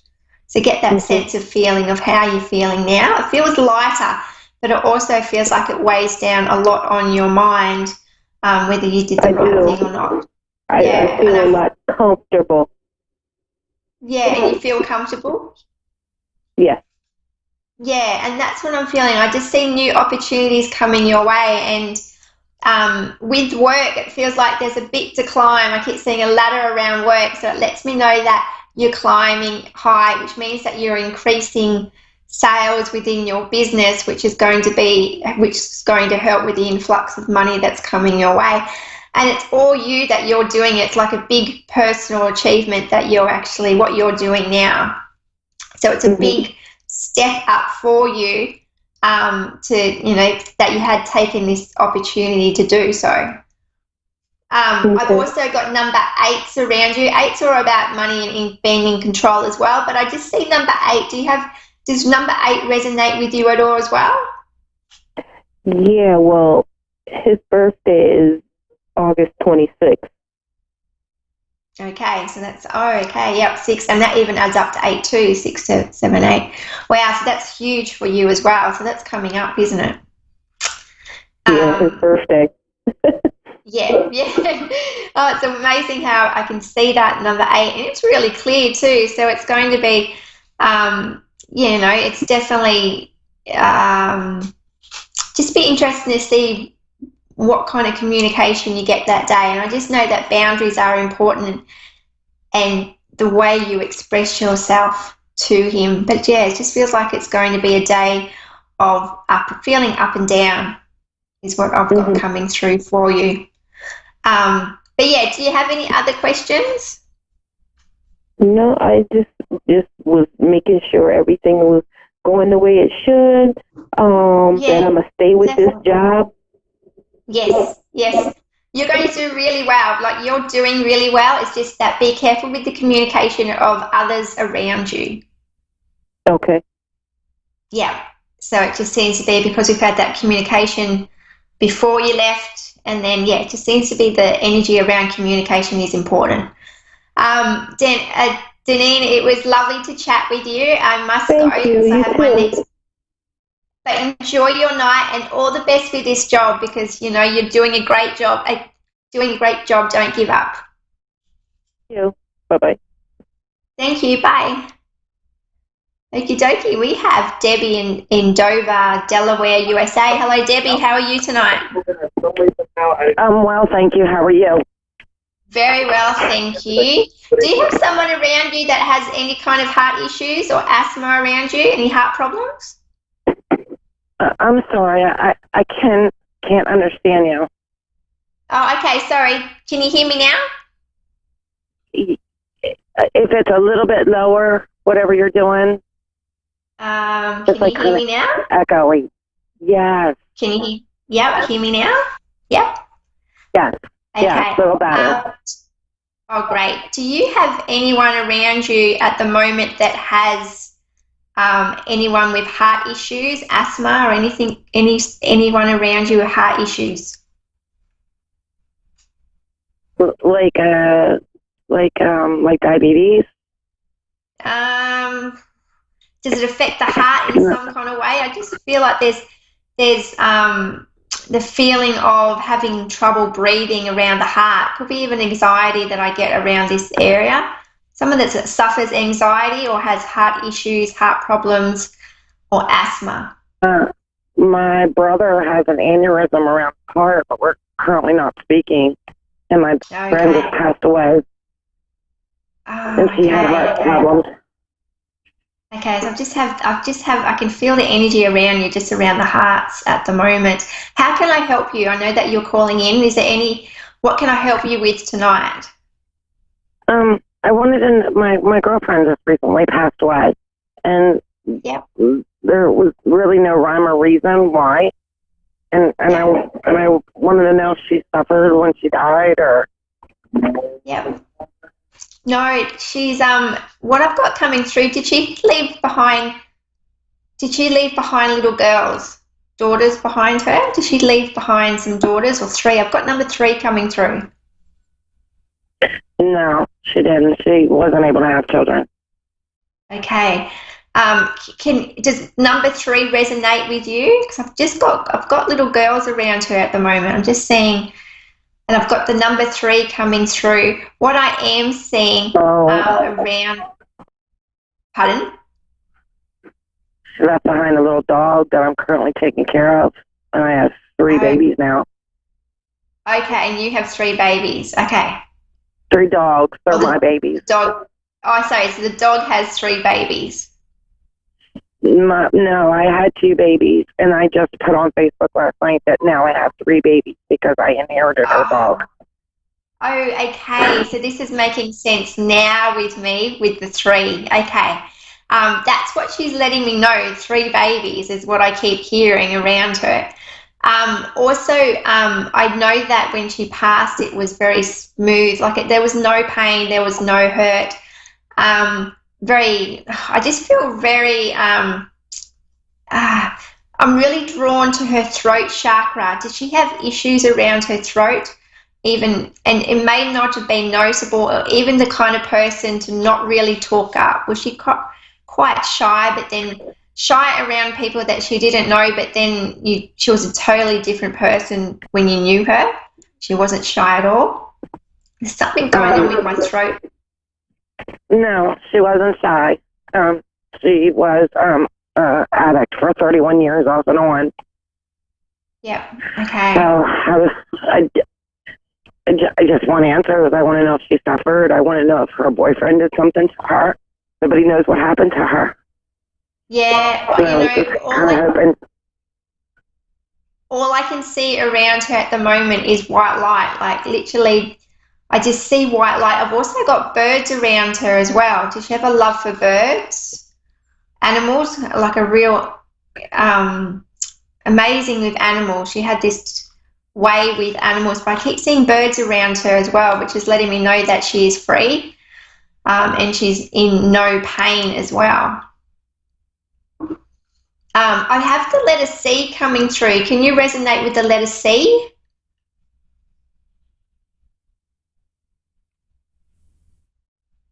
Hello, Debbie. Yep. Yep, we're just connecting with Debbie. I keep seeing the letter C. Let me just see what else. The letter C, and I also keep seeing bracelets around her as well. Be interesting to see if she had a love for jewelry, even wearing bracelets. Okay, Debbie. Yes. Just a question. I keep seeing the letter C around you. Do you resonate with the letter C? The letter C? Yeah. Other than we go back to my brother again with the heart issues, Chris. Okay, so maybe that's why I've got Chris coming through. And another question with Chris, let me just see. I've been shown someone with bracelets or some kind of bracelet or something around their arms where they love for jewelry, but I keep seeing bracelets on the arm or some kind of, bracelets. Can you make sense of the bracelets around the arms? No. Okay, let me just see. Okay, because what I've got coming through as well. I have your brother. It's your brother that I've got coming through. It's interesting. Can you resonate with the birds around your brother at all, with Chris? No, my brother is alive. He's just having the heart issues, and he's having 50-50 surgery. We don't know whether he'll live or not because he's going for surgery October 23rd, and he's the one with the heart issue that you were asking me about. Okay, sorry about that. Sorry, my apologies. It's just I keep. I'm sorry. It's my. I'm just trying to grasp at anything. Oh, okay. Sorry about that. I was just trying to connect up with what I was being shown. I just keep seeing lots of bracelets, and in regards to your friend passing, you know, I know that everyone's still grieving, and it's a big loss for everyone as well.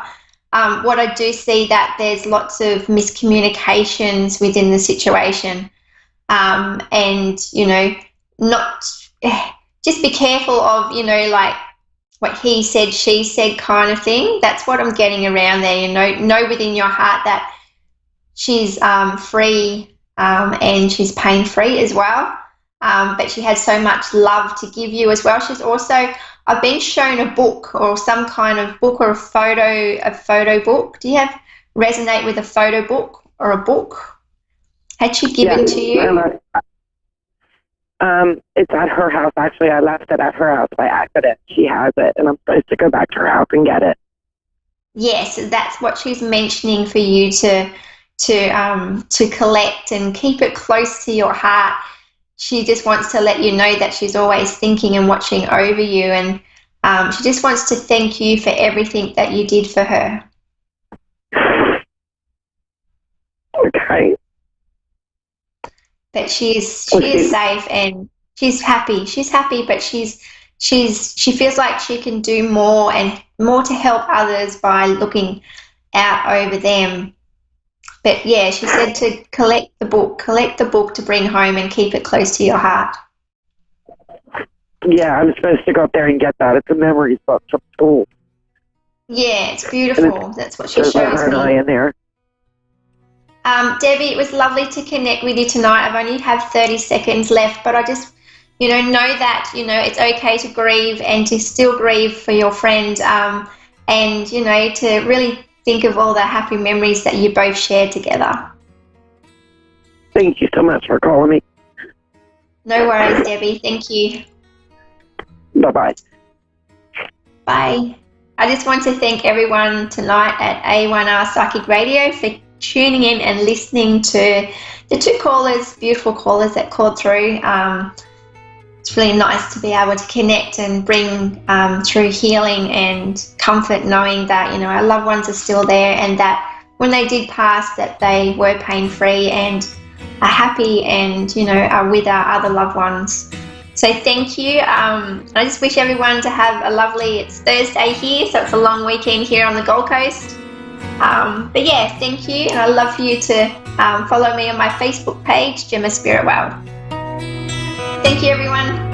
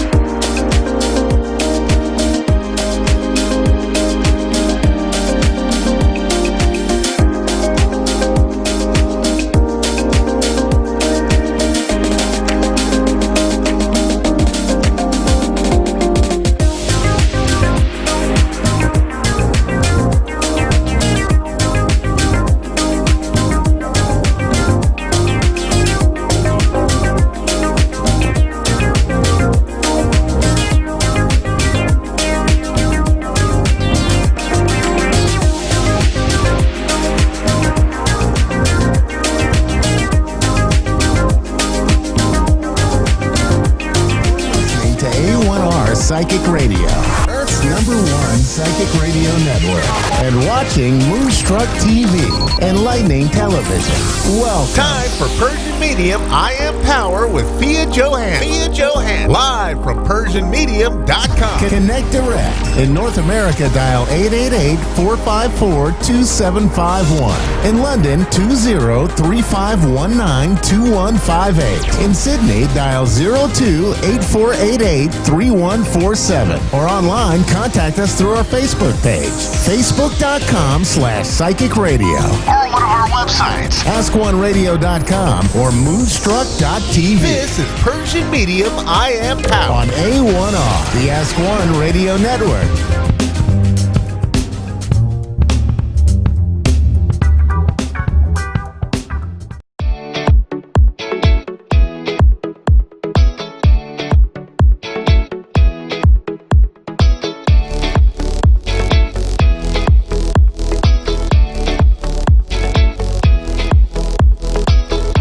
Hey everybody, welcome back. I'm Jack Canfield, your host for Hollywood Live. My next guest, Fia Johansson, is an amazing person. She speaks 5 languages, which I find very impressive. She's emigrated to several countries, has a psychology degree from the University of Stockholm in Sweden. She is a hypnotherapist, clinical hypnotherapist and healer, and God knows probably other things I don't even know about. So I just want to welcome you to the show. Thank you, Jack. Much. I'm so Pleasure thankful. to have you here. So tell us a little bit about your background and the work that you do. Yes, my name is Fia Johansson, as you said, and I'm a clinical hypnotherapist, and I hijack the subconscious mind, or basically I say that subconscious mind surgeon. I love that, subconscious brain surgeon. Yes, exactly. And also, I'm helping police officers and private investigators, or law enforcement, to find missing people, helping them with the murder cases and individual cases that come to me from people.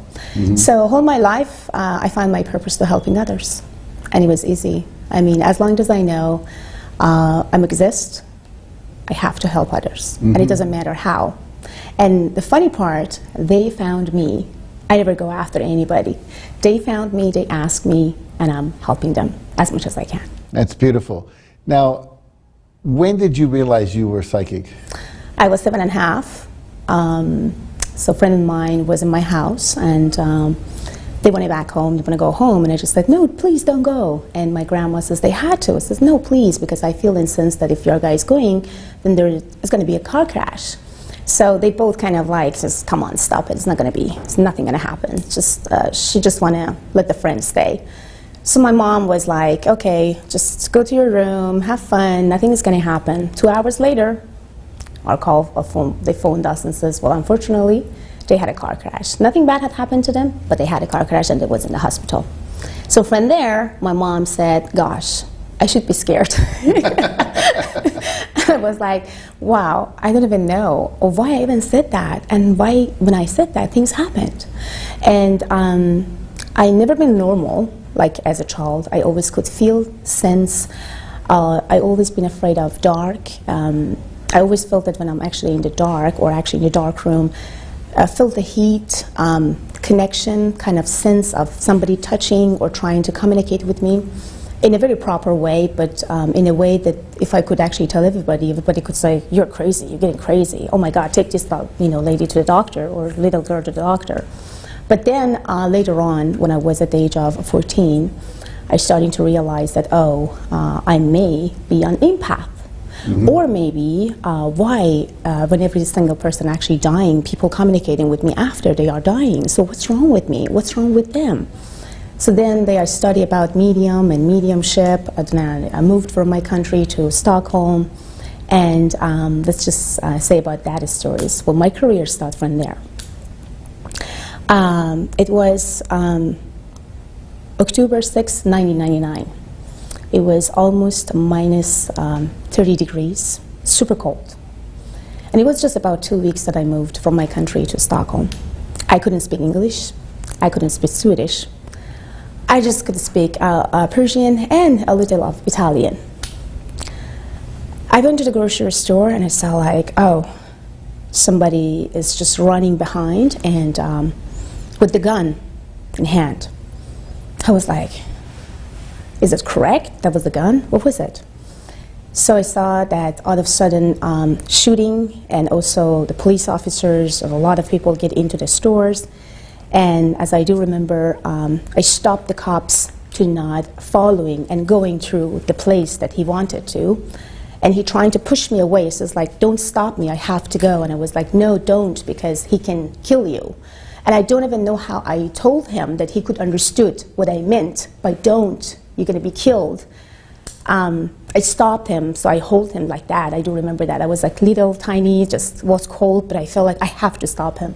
However, my career started from there. They understood that if I couldn't really realize and replace that person that was behind the wall, then the officer could be killed very easily in the head. Mm-hmm. So from there, they asked me a question, how you stopped the officer? How did you know that this guy was hiding behind the door and the wall?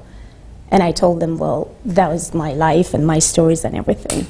So then they said, you know what, we need you, and you should just be part of us. I was just 14, I was just like a teenager. 13. Yeah, and they've been super excited, they've been amazed by everything that I did so far for them, and I started working with them until I moved to America. So I'm still working with them on the phone, so if they have cases, they're calling me, they're telling me.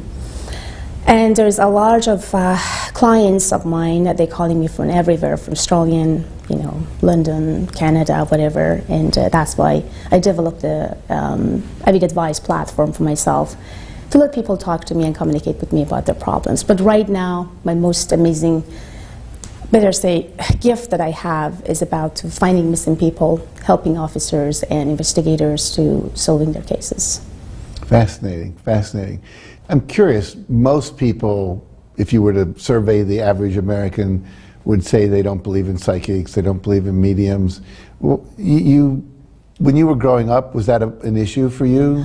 As I said, mine was always word of mouth. So I mean, every single person who actually came to me first, they've been non-believer until they see something with their own eyes. Mm-hmm. Mostly, as you know, like officers, private investigators, they are not really logical. They're kind of more logical, not biological. Right. And when a psychic or medium telling them don't do, it's kind of hard for them to accept from the begin until actually they know that, oh, she knows what she's talking about. Mm-hmm. So for me, it was hard until they start to believe in, oh, she does. 2 years ago, I found missing pilot. The black box of the missing pilot. Coast Guard communicated with me and says like, we are looking for that missing pilots, and the instructor, can you help us? I said, your guys in close by to the ocean, and it's just not the right place because I can hear what he's telling me exactly where he is right now. And they said, what we should do now is to send a helicopter and I will guide you guys where to go. And we found the black box, and LAPD confirmed that, Coast Guard confirmed that, that was from the same flight. And I was in NBC News, and then after that, people just starting to communicate more, so that's why I developed Avid Advice, for them to communicate more then, yeah. Sophia, your success has obviously been amazing. You've been on television, you're solving problems for everybody, including law enforcement, and doing what would often be considered miraculous things. What do you attribute your amazing success to? Believe in myself, believe in my abilities, knowing my market. I always telling to everyone, because I am helping people to develop their businesses as well. It doesn't matter what type of businesses, but by helping them how to create. So I always tell everybody, just look into what market wants from you. Don't say what market can bring to me, because market would never bring anything to you until you bring quality to market. My only word to every single business entrepreneur, woman business entrepreneur, is about believe in yourself, always quality bring always quantity, remember that. And look around and see exactly what you need, what your market need, and also get in tune with your soul and see who are you, how are you, and if you are okay. Because if you do not have control over your life, then you do not have over control over your business, then over your life and over everything. So stay away from negative people, from negativities, and just be yourself. in every single moment and areas of your life. Now, you may have just answered the next question I was going to ask you, which is, looking back from where you sit now, very successful, very confident. When you were looking back, let's say at the 20-year-old Fia, what would you have told her? Anything different than what you just said? Never be afraid. Never be afraid. To show off. To show off? Yes. Because I was afraid always to show off, because when I left my country, I was just a teenager, and I've been together with a lot of Swedish, people, and I do remember the first time when I want to connect with them, they've been kind of super cold. It takes time for them to just accept them or accept you in their group. So I always try to hold myself back and in trying to let them to moving forward. Then I felt like, why I'm doing this? I'm a proud, beautiful young lady that I do everything by myself. I'm helping 1 million of people right now, and I do a fantastic job with a lot of law enforcement officers, and why I'm trying to hold myself back and not speaking to them or just letting them to, take an action towards to whatever they are asking me or doing. You know what, it's time. Get up now. Just hold yourself up and just say, hello, this is me, Fia Johansson. So, and yeah, if I would just show off more and then could say that, you know what, good job, go for it. Never be afraid of talking, never be afraid of communicating with people, never be afraid of showing who you are as a person. Just be yourself in every single matter of your life. Whatever happens, wherever you are, whomever you are, and wherever you are end up with, you have to just be yourself. Beautiful, beautiful. So if people want to reach you and take advantage of your talents, your skills, your gifts, where do they go? How do they find you? There's a couple ways, but the easiest way is if they can go to PersianMedium.com and AvidAwakening.com, and they can reach my platform, which is AvidAdvice.com. So, and then they sign up and they call and chat from there. Sometimes they send me an email, because I'm receiving 1 million emails. My assistant says, oh my God, Fiona, they want to prioritize this and prioritize that. But I will definitely get in with people when they call through Avid Advice, because that's the only way that I can communicate and connect with people directly. Yeah. Beautiful. And my Instagram, by the way, I have over 1,300,000 followers. Good for you. Which is, I'm happy. And every time when I'm actually having 60-second videos, I see, okay, 3 million views. Oh, thank you, God. So I'm happy that I'm helping them. I'm happy to make them to feel happy. I'm happy to make them and feel them happy. Beautiful. Well, thank you, Fia. Thank you so much. I appreciate you being on the show today. And for all of you, check out her website. She can help you with a lot of different things. So stick around, though. We have one more guest today. So see you in a couple minutes.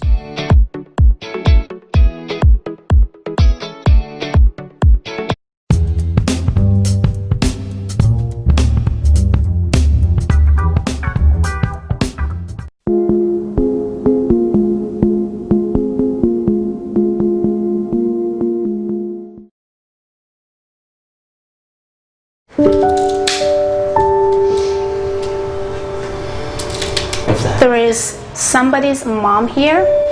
She directed to you right now. Fia is actually channeling my mother. I have her right now with me. She passed away 3 years ago. She says, forgive me.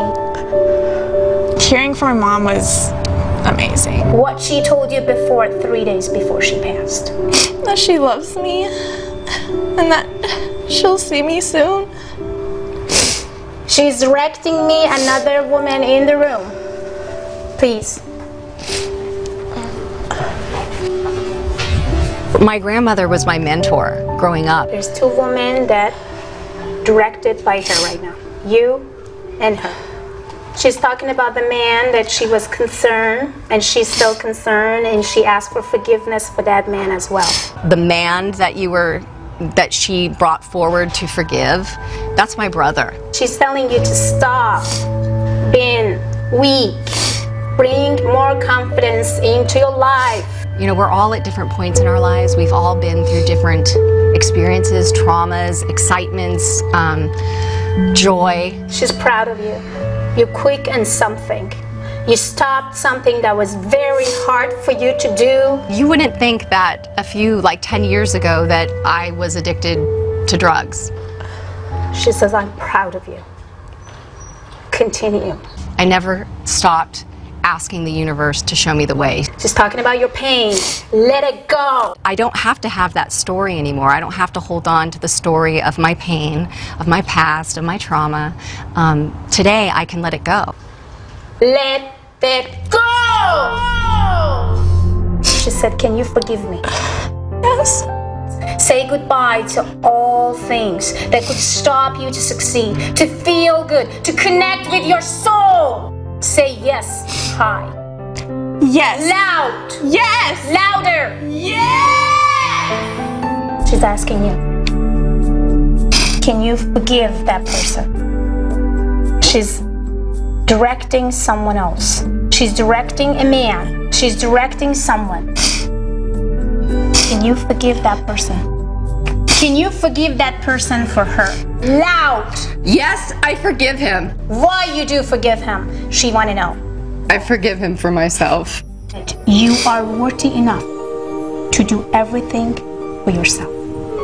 Not for anybody else, for yourself. I know that takes a lot from her, but she gives. And she gives and she gives. She's asking you to be strong, to be powerful, to be connected to your soul.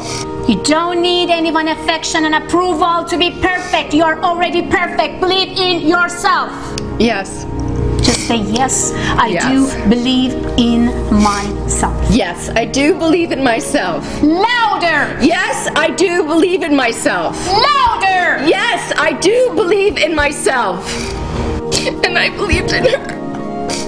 We're all from Brooklyn, New York, so there was a very Jewish-Italian community there where people's homes were open and they would intermingle and share their faiths, share their food. She's talking about backyard. She's talking about the trees. She's talking about dishes. She's talking about the chicken. She's talking about the chair. She's talking about everything. Please direct her what she's trying to say. Nana's house. Nana's. My mom's house. We all lived together. I mean, they lived there with my mom and my dad. They were always together. We were always together. Always cooking. She actually made a better chicken parmesan than my mother. Yeah, hers was better. But don't tell her that. Yeah, don't tell my mom that. Don't tell Nana. There is a power in sadness. There is a power in pain. And the power comes when you overcome it. Talking to her really, really helped me, I think. It's definitely gonna kind of just clear my mind of all the negative thoughts that I had.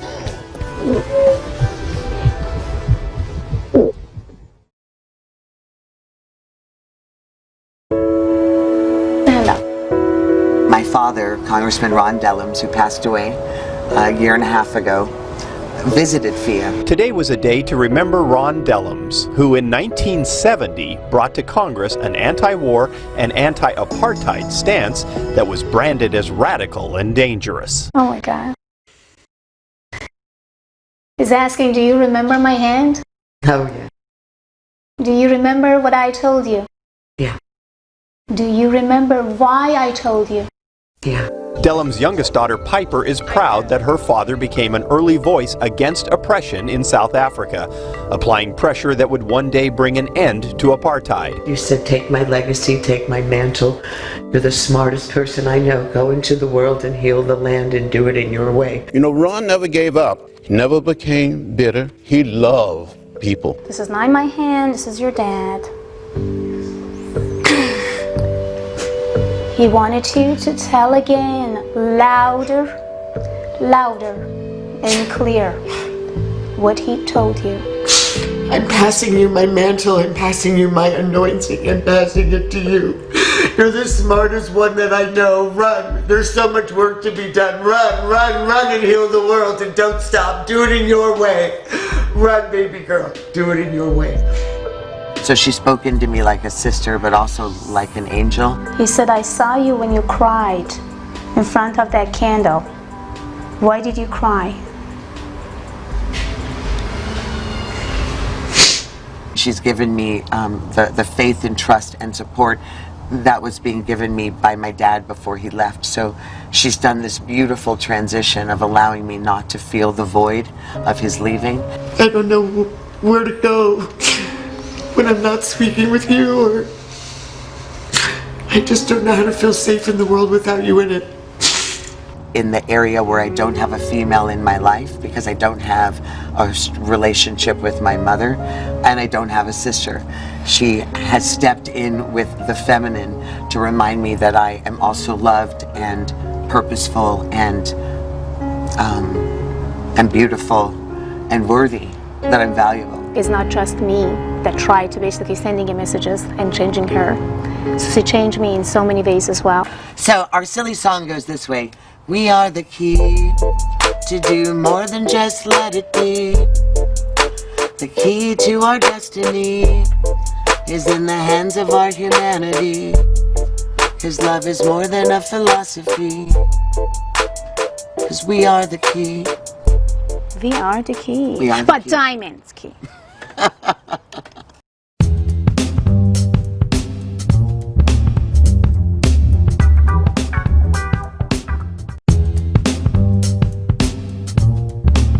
For centuries, it's believed that mediums have been able to mediate communication between spirits of the dead and living human beings.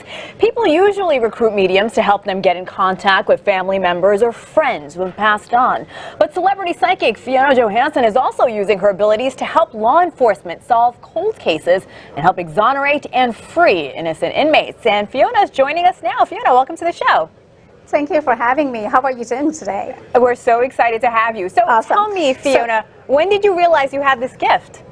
I was at the age of 7. It was a hot summer. A friend of mine came to my house and we had fun. We played. And 3 hours later, when they want to go home, I said, please don't, because I see visions, I see colors, and I see that you guys definitely going to have a car crash. Well, of course, at that time, nobody listened to me because they didn't know exactly what I have. But 3 hours later, our phone rang and they had a car crash. And from that moment, it took 4 years for me to realize why I see things before they happened, why I feel things before people talk about to me, and then why did people communicating through me when they want justice or something about their life. So Fiona, tell me, how did you get involved with law enforcement? I was at the age of 17. It was back in Europe.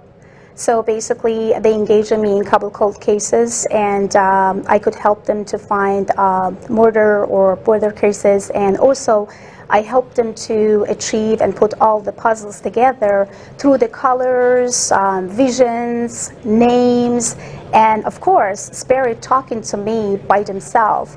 Like example, 2 years ago, Coast Guard communicated and said, we have a missing pilot.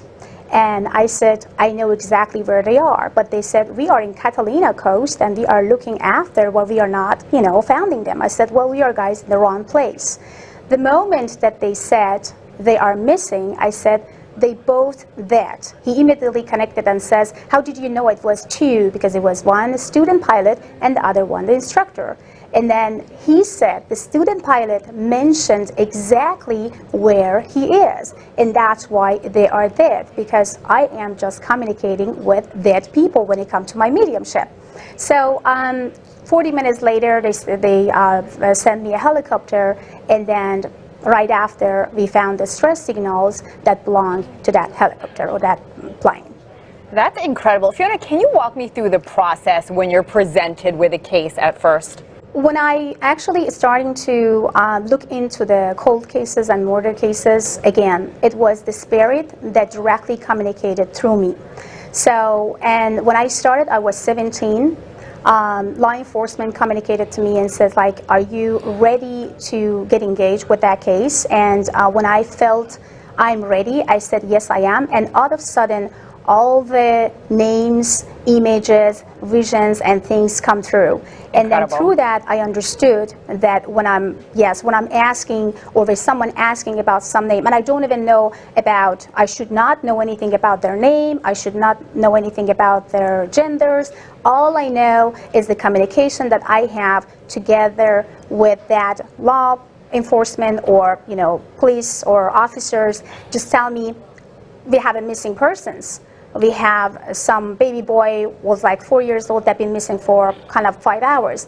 I'm directly connected to the energies, and I pick up the energies through that officers that communicating through phone. So I shouldn't be in a place or be around that families or touching that families or communicating with that families. Fiona, let's talk about a specific case about R&B singer Jamal Truelove, who spent more than 6 years in prison for a 2007 murder. He was eventually acquitted in 2015 when a jury found that the two officers had fabricated evidence. Tell us about your involvement in that case. Well, the way that I involved in this case, it was that we got through a couple actually friends, and when they reached out to me, I said, I reacted immediately that this guy is innocent and he shouldn't really be in jail. And they said at that time that they can't do anything about it because, you know, already all the evidence is against. And I said, well, he will come out, but not now. There is a timing that I can see and I'm predicting, and this time is all about like in between 5 to 7 years. And they couldn't really believe at that moment because they felt, oh my God, it's kind of very, you know, saddest because we should really get him out. And if you said that it's going to be 5 to 7 years, that actually really make us to feel very uncomfortable and disappointed. And I said, it's the time. And through that time, I communicated with Jamal in jail and trying to let him to understand about his own value and he's not innocent, which he knew already. And I said, manifest and try to manifestation, get yourself out from the jail and make impossible be impossible and show it to everybody. And that's exactly what he did. Absolutely fascinating. Fiona Johansson, psychic investigator. Fiona, thanks so much for being on the show.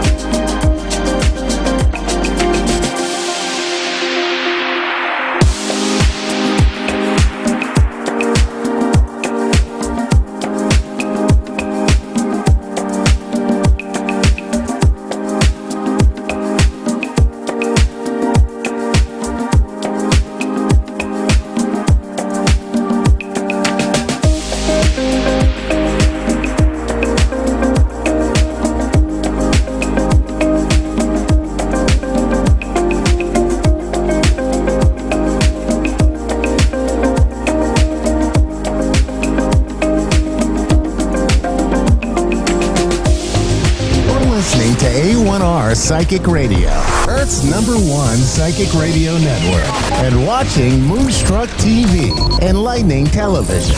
Welcome. And now Australia's Psychic Cowgirl with Tanya Reid.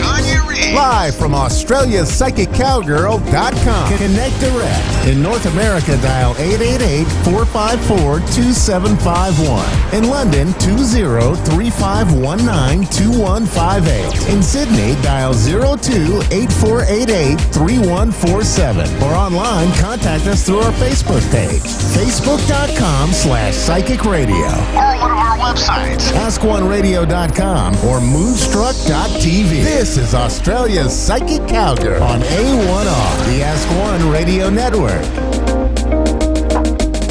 G'day, Tanya Reeves, Australia's Psychic Cowgirl, coming at you from lockdown here in Victoria, Sunday Creek.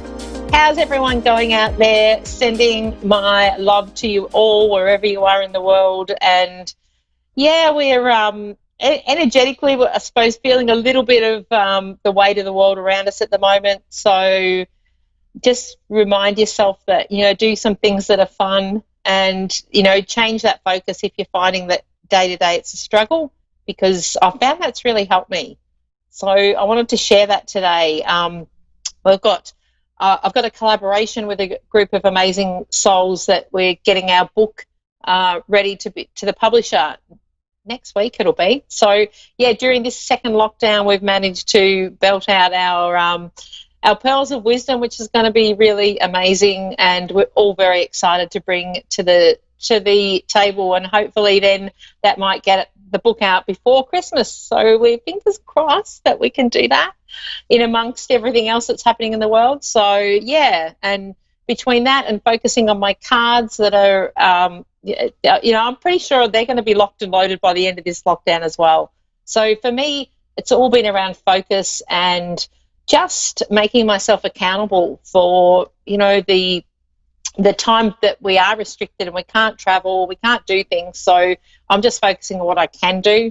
I do have a bit of a daily list because I found that days blend into other days when you can't do things. So yeah, I was a bit like not getting things done. I was wasting a bit of time, and so I really just decided, for me, I'm very much driven by results. That's kind of the person that I am. I like to feel I've achieved something.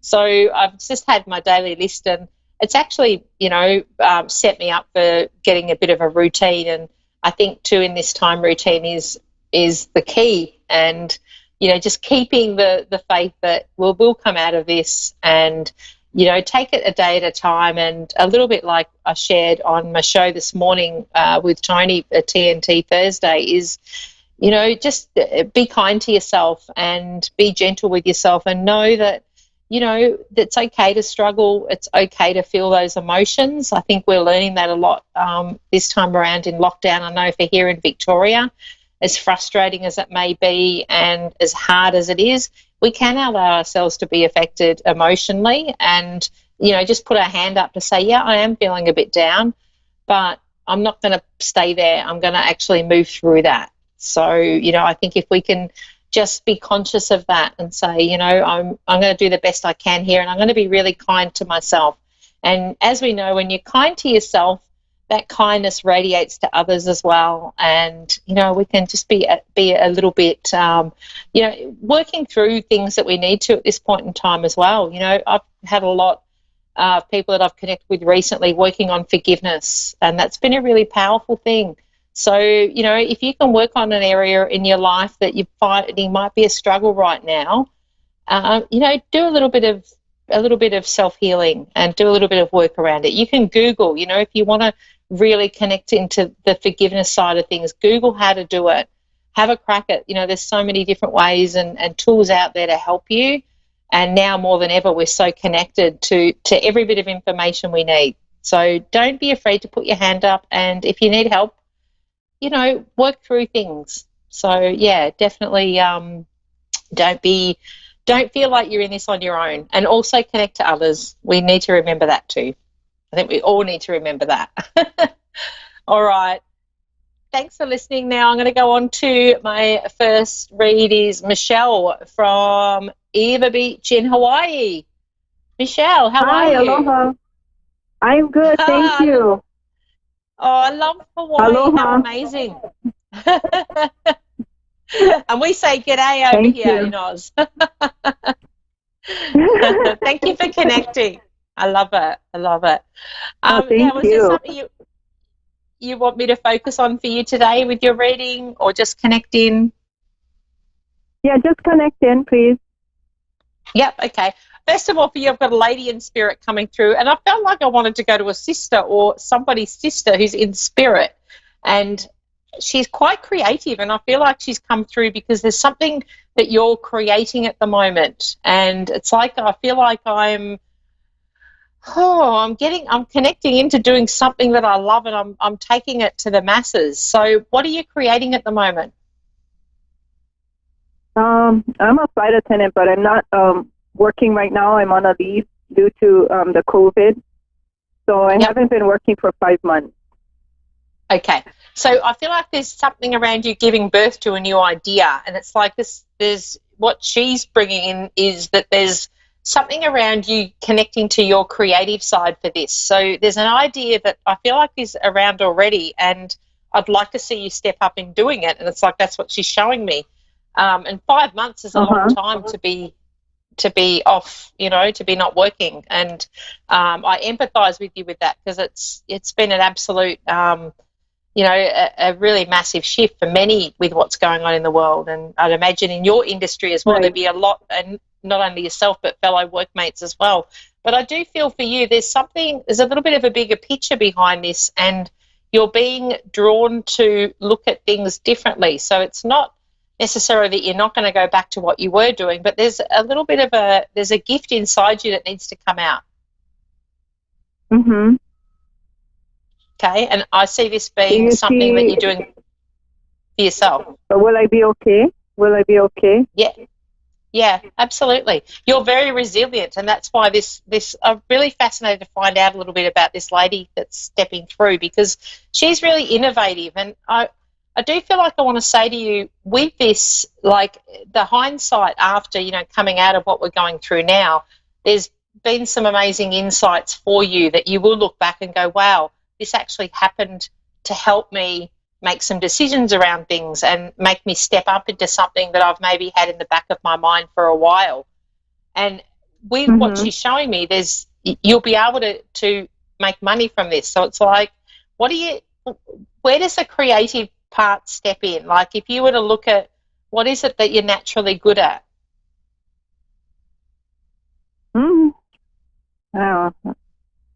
I just like, helping people. I mean, that's what I always did. Like, mostly. But what is it?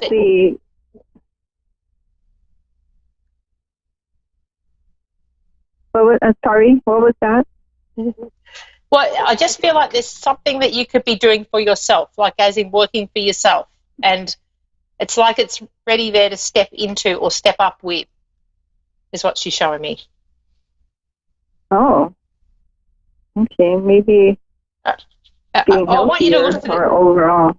Yeah, but I feel like this is something that you're making money from. So this is to do with a bit of a shift in career. I want you to have a look around for the opportunity, because there's definitely something there. And she's insistent with this, and I know it might not make sense totally right now, but when Spirit come through that insistent, it's like there's something you haven't possibly, you haven't thought of yet, but there's something else that you're going to be doing.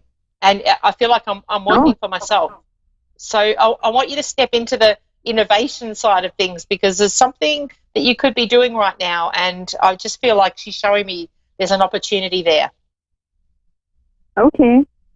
Oh. And where does a little but I'll be okay. Really look into that, because she's really strongly showing me, and I'm surprised that you haven't already come up with this, because the way she's showing me is it's very it's like it's so obvious that it's crazy. So just look around at that. I also want to ask about the little girl around you. She's bringing forward to me like so I feel like there's what's happening around your daughter at the moment, or I feel like she's bringing her to my attention for a reason. I'm not sure. I mean, she's okay. She's quite spiritual, yeah? She's very sensitive. Yes. Yeah. So it's like, and sometimes too, just bringing that to our attention is about how she's going in amongst all this, because children tend to, they're when they are sensitive, they take on what's happening in the world and what's around us. But I do feel like I want to say to you, have you stopped watching the news, or you've changed something, is what Spirit is showing me. So it's like, well done on that. You made a call, or you're not feeding into the media stuff. Oh, okay. Because I just feel like I'm conscious about what I take notice of, or it's like, sometimes when it's like I'm going to turn the tally off because I'm sick of hearing about it day in and day out, and I feel like there's something relative around that with your daughter as well. It's like I'm I'm separating myself from, it's not that you keep up with what's happening, of course, but I'm not, energetically feeding off that. I also feel like, because there's something around a ship. So she's good. She's fine. Yeah, I do. It's just about being aware of the fact that she's a bit sensitive and she might be feeling it at the moment, and it's just like to reassure her and say it's okay. Yeah, she has a lot of symptoms. She feels a lot of things, like me. Like I'm like empathic, so like she has a lot of traits that I have. Yeah, beautiful. So I feel like you're creating something, and I do want to say, like, I just feel like you have a strong spiritual connection, and it is something that you could easily tap into and do things around the spiritual side. And I feel like that's part of this, what you're stepping into. So I'd like to see you get creative. I feel like I'm painting or I'm drawing something. I don't know whether you've never done that before, or I just feel like there's definitely something there, and you could do that with her as well. Oh, thank you. Yeah. So overall, please have a go financially, you think our family's going to be okay financially? I do. Now, when who's still working? Is it your partner that's still working? There's somebody that they're showing me is still working through this, that's kind of holding the family together. So it's like, I feel like their work is solid. So, all right. I also want to say there's been a lot of realizations for you personally in living within your means, or there's something around I'm really having a look at what I need in my life and what I don't. And I feel like you're letting go of stuff that is just stuff, like I'm releasing what is no longer serves me. I do see you selling some things to go, you know what, I don't need that anymore. I'm going to sell that.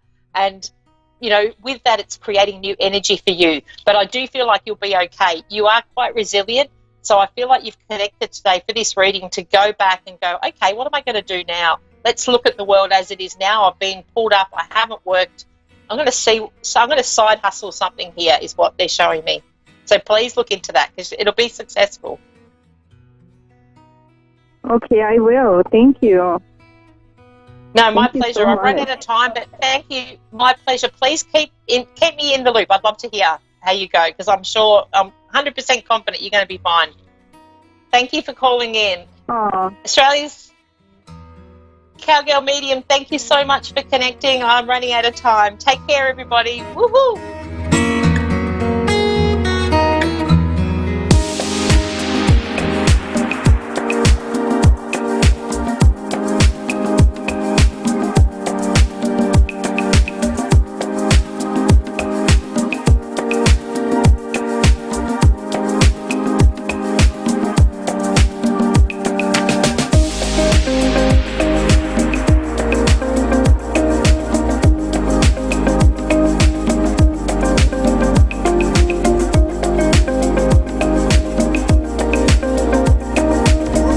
To A1R Psychic Radio, Earth's #1 psychic radio network, and watching Moonstruck TV, Enlightening Television.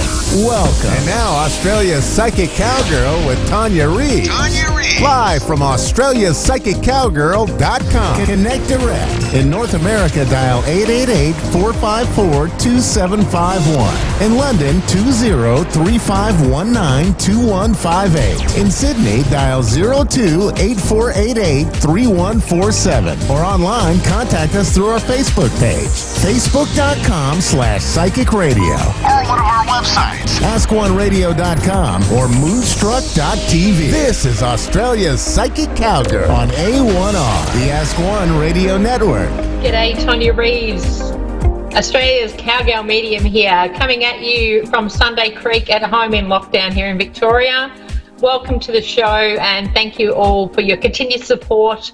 We absolutely love you all connecting and calling in to get your readings. And I want to say a big shout out to you thank you for connecting with us. We really love it.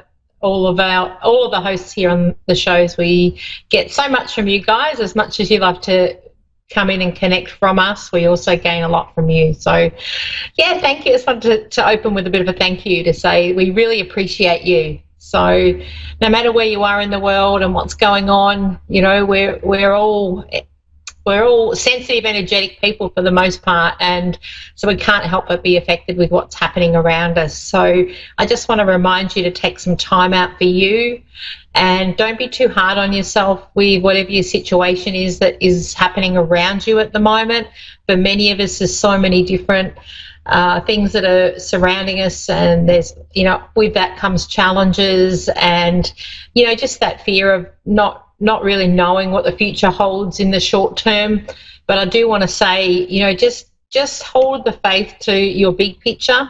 So no matter how much there's that struggle around at the moment, keep visualizing what it is you want to bring into your life right at this point in time, or, you know, visualize right at this point in time. And of course, we then trust that part of our future is being able to move forward through things that are happening around us at the moment. So we can also look at taking a moment to send out love and light to the rest of the world and for what everyone's going through at the moment. So I think as a collective, now more than ever, if we can, you know, take a moment each day just to send out that, you know, that vibration of love and connectedness will help us all as a collective. So that's my little reminder. You know, it's something that I do every day, and just set that intention that we can bring some peace and harmony around what feels like a chaotic energy at the moment. So, you know that you're not alone. We are all going through our own thing, and I also think there's a reminder to be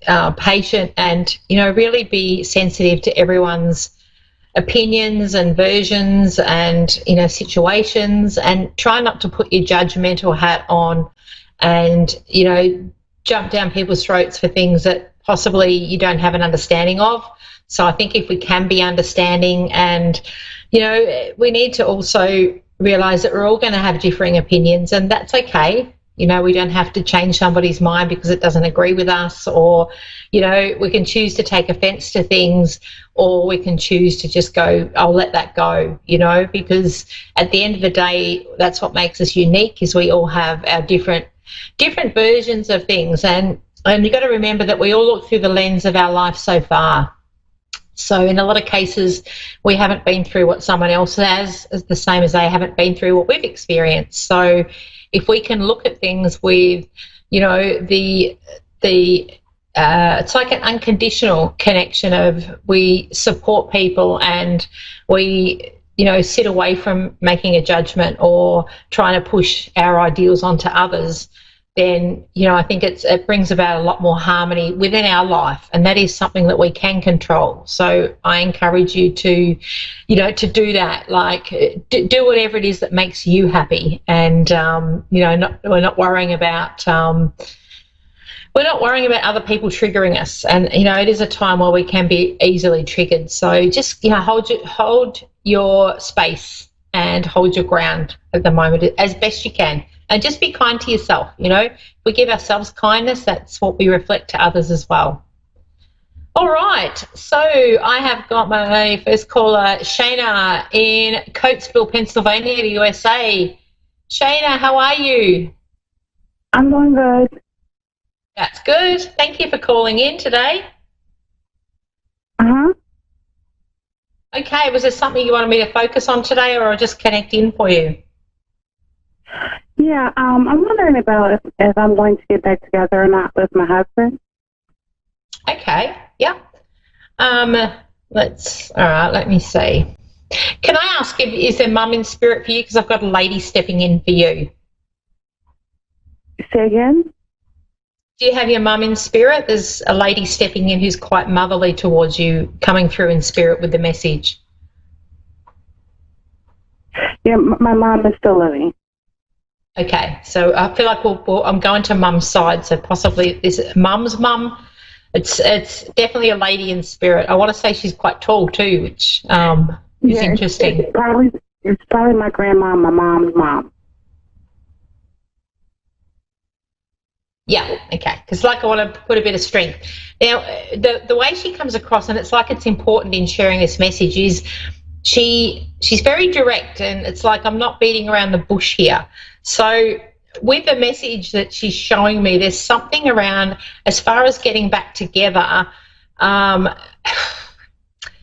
like you've got to be really honest with yourself here. And I feel like from your perspective, there's been something that was revealed that was either hidden or kept, that you were kept in the dark about. And it's like, I want you to not take that lightly. So things have to really change for you two to come about being back together again. But I do feel that it's your ex that needs to do the changing, not so much you, is what she's showing me.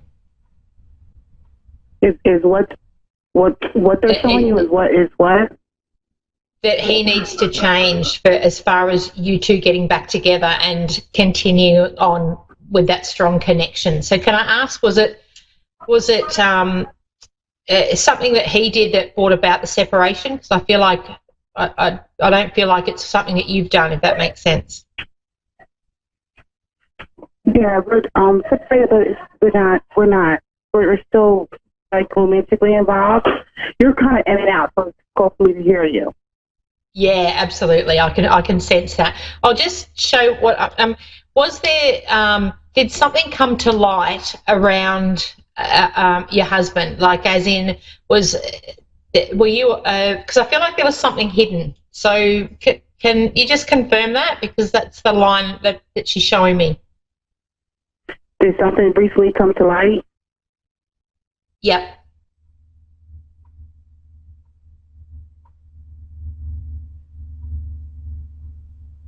Might have lost you. I'm going to keep going. Well, yeah, sorry. It's a really bad line, so we'll just try and work through it the best we can. I feel like there was something that came to the surface in regards to your partner, and right, there was, what she's showing me, there was something that wasn't quite something that he wasn't upfront about, is what I want to say. Mm-hmm. Right, and it's like there's and what your grandmother showed me, because she's very straight down the line. She's not one to kind of mix it up and make it all soft and fluffy when it isn't. There's something he needs to change to be able to continue on and you know, I suppose re-strengthen it and reconnect again. And I feel like it's something he needs to commit to. There feels like there's been something around him where it's very much he's up and down, and it's like you can't control that, but he needs to make a decision on moving forward and, you know, being there 100% for you. I feel like he's not 100% for you. He's not 100% for me? Yep. As in energetically at the moment, he's not committing to you 100%. There's something external to you where his focus is, and it's almost like, I want him to be 100% for you, or otherwise, see you later. It's like this is about you standing your ground. Mm-hmm. All right? So it's like, and I do want to say with your grandmother, it's about you being honest with yourself. So I don't want you to settle for or try and make this something that it isn't. If it's almost like she's showing me you're getting signs, but you kind of, the red flag, there's a few red flags here is what she's showing me, and you're not fully looking into that. So I do want you to go in with your eyes wide open. So that can mean you're not trying to play down the issues at hand. There is new beginnings for you that I pick up very strongly. So I do feel it's going to be your choice as to whether you hang in there and try and rebuild things or do a bit of a pivot. And there will be a real decision around that. And I feel like you'll make the right decision. But just on a spirit of showing me they're giving you the signs, please listen to the signs. And, you know, sometimes we don't always want to hear, you know, what they're giving us. But I feel like that there is something around you putting the dots together and being able to move forward with it. So you're saying that we're not going to get back together? Well, I there's the option there of you getting back together, but I feel like when you look into things, there's going to be some changes around the way things have to change for you two to get back together. And I feel like you kind of know what I'm talking about there is what they're showing me. Okay.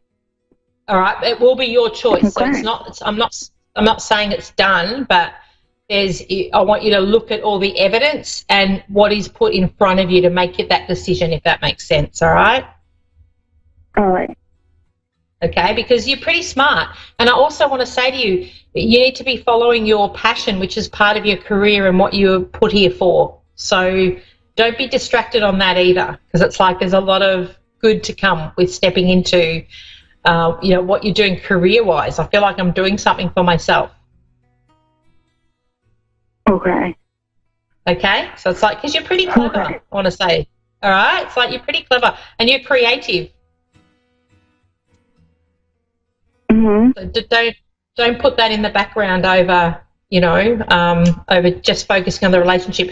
I do feel like I want to say to you, let go of the ideal and see what comes, because it's almost like you're hanging on to that, I really want to get back together. I'd like to see you just say, okay, whatever's for my highest good, and bring that in, because all will be fine for you is what I see. I'm a little bit excited about what's ahead, so I don't want to focus on just the one expectation, if that makes sense. Mm-hmm. I see you with a big heart, so I see, and I'm not saying it's definitely over, but I feel like I want to look at all the evidence, and if you are to give him a second go, it's got to be done your way. Okay. Okay? You're not playing second fiddle to anyone.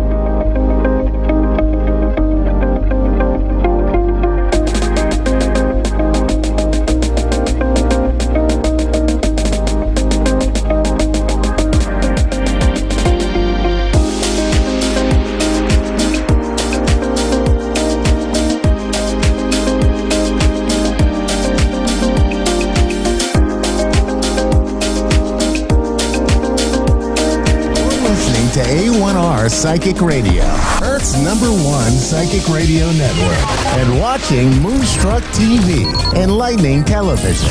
Welcome. And now, Reverend Elliot's magical... You're listening to A1R Psychic Radio, Earth's #1 psychic radio network, and watching Moonstruck TV, enlightening television. Welcome. And now, Reverend Elliot's magical window with Reverend Elliot.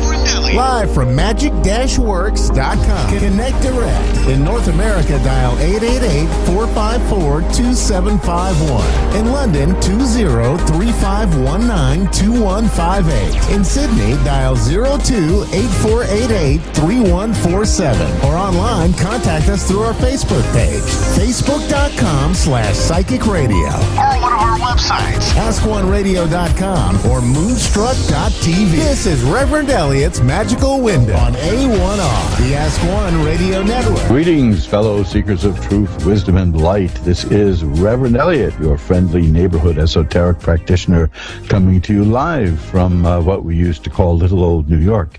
Well, it's still old, but it's not quite that little. But here we are in the middle of July, just about. And hey, Which it's a nice cool day, you know. I love the way the weather here is changing because we still have a lockdown going on, which means there aren't about 78 million cars in the street making everything hot. It's very funny how it gets down into the 60s and low 70s in the middle of July here. I love it. I love it. We haven't even used the AC yet, but hey, you know. These things happen. We'll see what happens when they end this kind of stuff. We're going to look at the future now anyway, so maybe we'll see what's going to happen. We're going to look at the cards now. I do want to talk about that for a moment because there's some things about the tarot cards that frighten people, and I think part of that is the responsibility of bad movie makers. The cards do not give scary news. They just don't. I mean, it's not...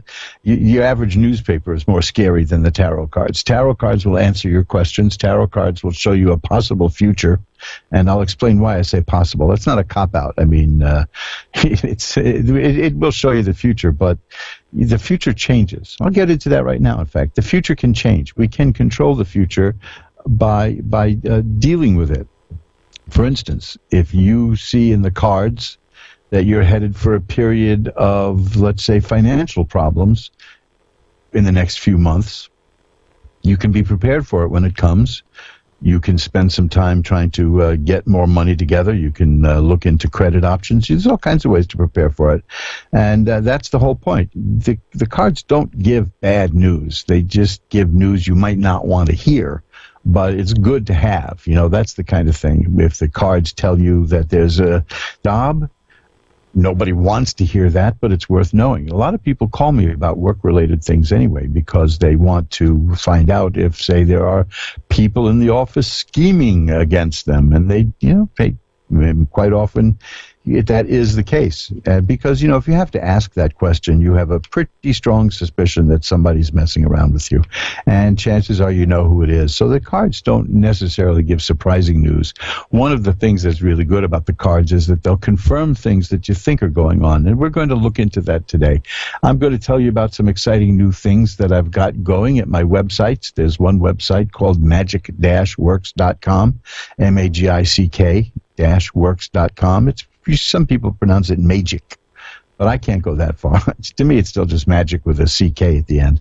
Magic-works.com. There's about 90 pages there with all kinds of stuff about what I do and what I can do for you and with you. I urge you to take a look there. There's all kinds of free stuff there that's a lot of fun. There's a daily horoscope that you can click on. You can find out what your day is going to be like. You can find out what your week is going to be like. You can find out all kinds of stuff there. Let's see, what else do we have that's free there? We have a free birth chart. Think about that. I'll get you a free birth chart if you want to know. They go in waves. You know, for some reason, people ignore that for weeks and months at a time, and then I get one request after the other. But give that a shot. Take a look at magic-works.com, magic-works.com, and click on the free birth chart, and I will get that right around to you. Also, you can arrange to have a private tarot card reading, which will be similar to what we're going to do now, only these are short ones. You can spend as much time as you want with me. You can get a 10-minute reading, a 15-minute reading, an hour reading, a half-hour reading. You know, we'll work it out. Well, I'm not that strict about time anyway, and if you get yourself a half-hour reading with me and it takes longer, it takes longer. No extra charge. That's just the way it works. So, you know, take a look at that, mojoacademy.org. There's some new stuff there. There's some exciting new stuff. That's the publishing company. They handle my books. And a lot of books that I didn't write. Yes, there are books in the world that I didn't write. And there are books there that can really help you enhance your life. One of my favorite books there, and I think it's more important now than ever, is called Unmasking Fear. That's a book that was written in 1919. You see, we didn't even have radio then, let alone internet radio. 1919, it's a book about how the powers that be will use fear to control people. Nothing about that has changed. We have different machines than our forefathers did in 1919. But fear is still a very potent method of control. I think I don't need check out Unmasking Fear. And on a much more positive side, there's Hunches, which is one of my favorite books of all time, which it shows you how you can identify any psychic abilities you may have and then learn how to enhance them, because there's nothing unnatural about psychic abilities.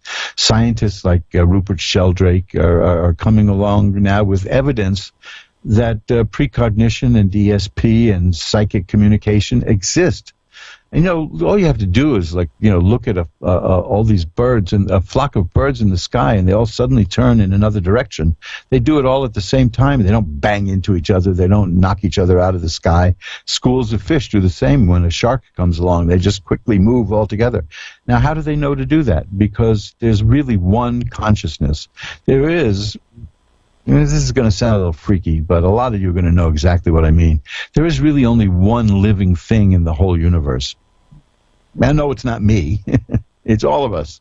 It's the universe itself. The universe is living. The universe is alive. We always like to say things like, about our birth. I came into this world on a cold day in July, because we get a lot of those now. But no, you didn't come into this world. None of us came into this world. We came out of the world.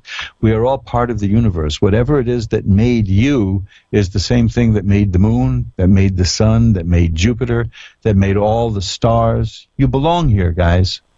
This is where you live. This is what you're part of. And we're all connected. They used to laugh at Wilhelm Reich when he talked about orgone energy. But now it turns out that there's a common energy. The quantum physics people call it dark matter because they don't know what the heck to call it. But it's really Wilhelm Reich's orgone energy. There is energy in the air. There is energy in the environment. We are the environment. People talk about how they want to save the environment and help the environment. But once you start thinking about the environment as something separate from you, you're not going to do a damn thing to help it, because you and I are the environment. We don't live in it, we live of it. Now, okay, granted that's a little heavy, but this is how tarot cards work, because we are all connected, and the tarot cards can reach through the things that separate us and show us what other people are thinking, what other people are doing, and what is possible in our future. And if you don't like the future that the tarot cards show, you don't have to sit around and mope about it. You do something about it. That's the whole point. Why would you want to look at the future if you couldn't do anything about it, right? That doesn't make any sense. I wouldn't want to know, would you? I wouldn't care. If this is just fate and there's nothing we can do, look at the scientists working in Princeton who have found that even through thought we can change the past. Now, there's something freaky there. I'm working on a book about, I put it under the general heading of out-of-body experiences, but it's also about out-of-time experiences, because time doesn't really exist. Time is something that we made up so that we wouldn't be late for work. Time is a whole psychological concept. It's not real. It's a social construct. And that's why tarot cards can break through what we call time and look at the past and look at the future and look at the present and tie it all together, because it's all the same. I'm getting a little heavy there, but you can check that out if you read up on quantum physics. They're coming around to, they're literally coming around to understanding things that the esoteric occult practitioners have known for only about 600-700 years. There is, if you go to my website, you'll see a thing, magic-works.com, magic-works.com. There's a thing there on the age of the universe. Now, science pretty well has a good idea on how old the universe is. And they've only come to it a few hundred years too late. If you take a look at that, and you'll be surprised at who and when somebody computed the age of the universe and got it right hundreds of years ago, a couple hundred years ago. Check that out. It's at my website under Age of the Universe. I said there's a lot of stuff there. Well, I can go on and on talking about that stuff, but I won't. I'm here to do readings. I love doing tarot readings, and the hour is going to go by way too fast even without me babbling. So here's what we're going to do. I'm going to just let you know one last time about these new things that are coming. Maybe I'll mention it again during the show or at the end. But if you go to mojoacademy.org, take a look at Magic Made Easy. Easy. I spell it. Cute, huh? Magic Made Easy. This is the first book is out now. These books are simple. They're not going to be more than 30 pages each. They are not filled with jargon. They can show you simple ways of doing magical ritual and magical work. And the books were going to cost $9.99. You can't get any better than that. And I'll show you, if you go over to mojoacademy.org, not only will you get the book for $9.99, but you get it for 15% less using a special checkout code that I've got just for the Ask One Radio listeners. And it will knock 15% off of that. So you can't get,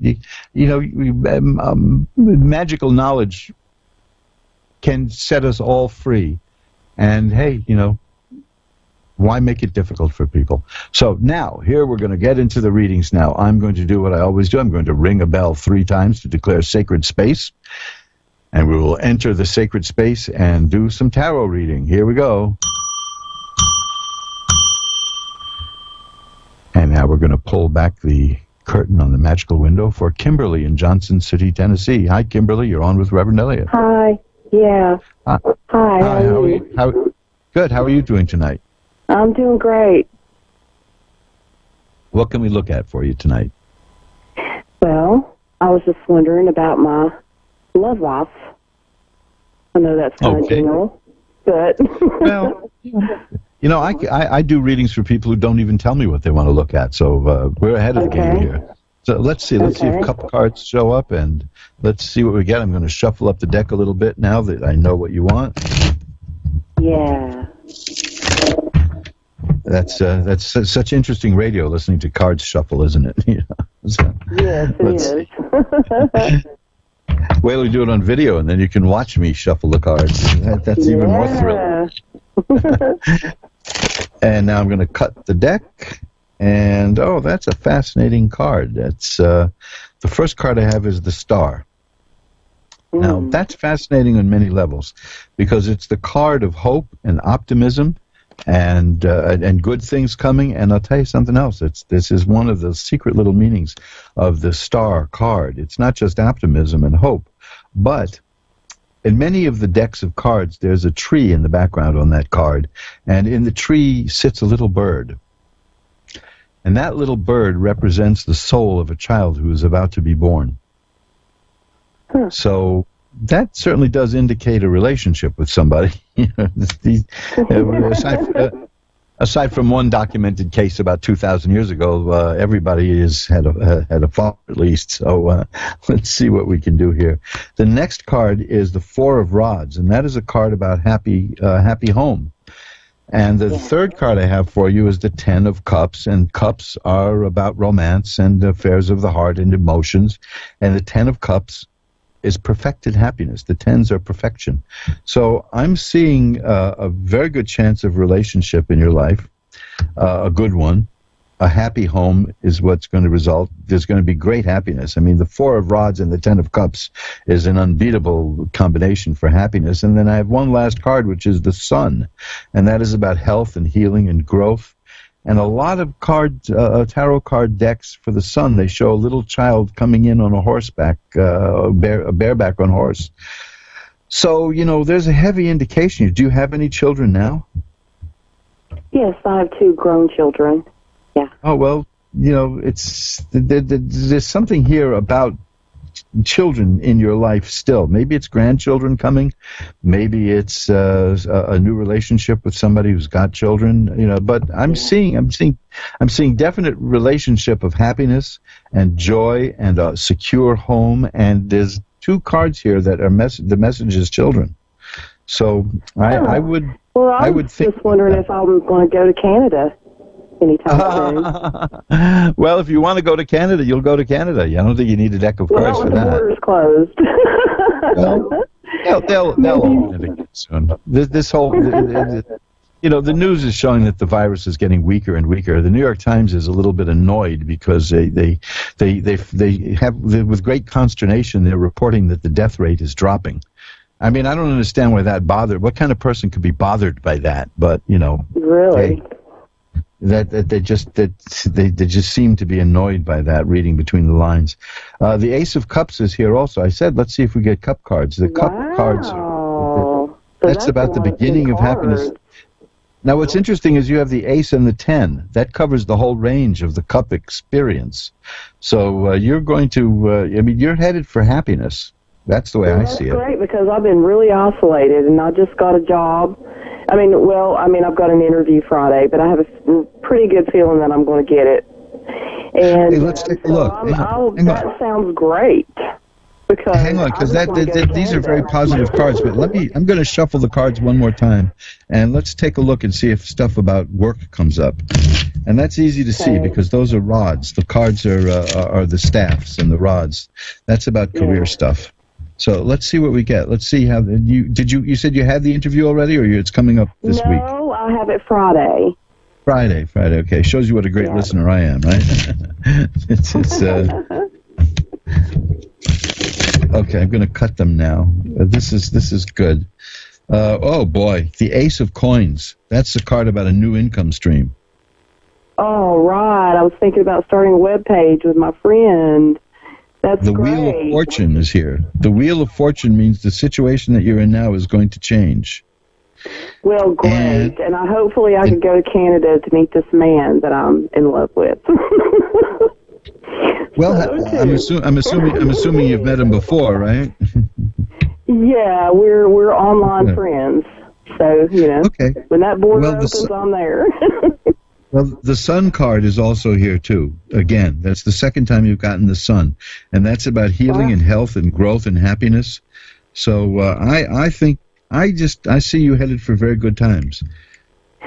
Now, here's something. The Nine of Rods is here. I said we were going to get a rod card because, you asked me about romance and we got some cup cards, and now about work, we got the Nine of Rods here. That is a person who is very well prepared for what's coming. That means that whatever this job is, you are really well prepared for it, and you're going to do good at it.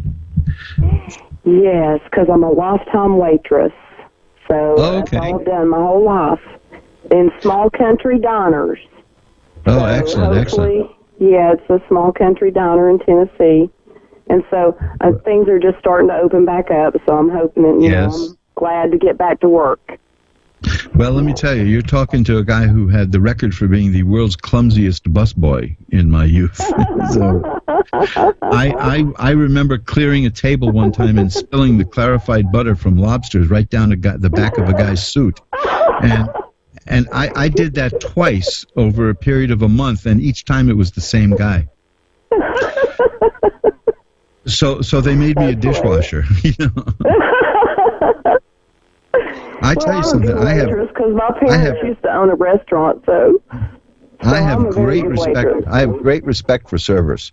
I am not one of those people who looks at it as anything other than skilled work. Trust me, I know about it.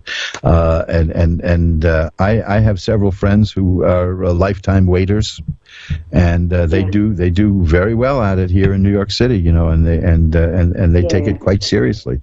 It's not like these things where because there's an old joke about because this is New York and everyone wants to be in show business, and a guy dies and he goes to heaven, and at the gate St. Peter says, "And what did you do on earth?" The guy said, "I was a waiter," and he says, "Oh yeah, did I see you in anything?"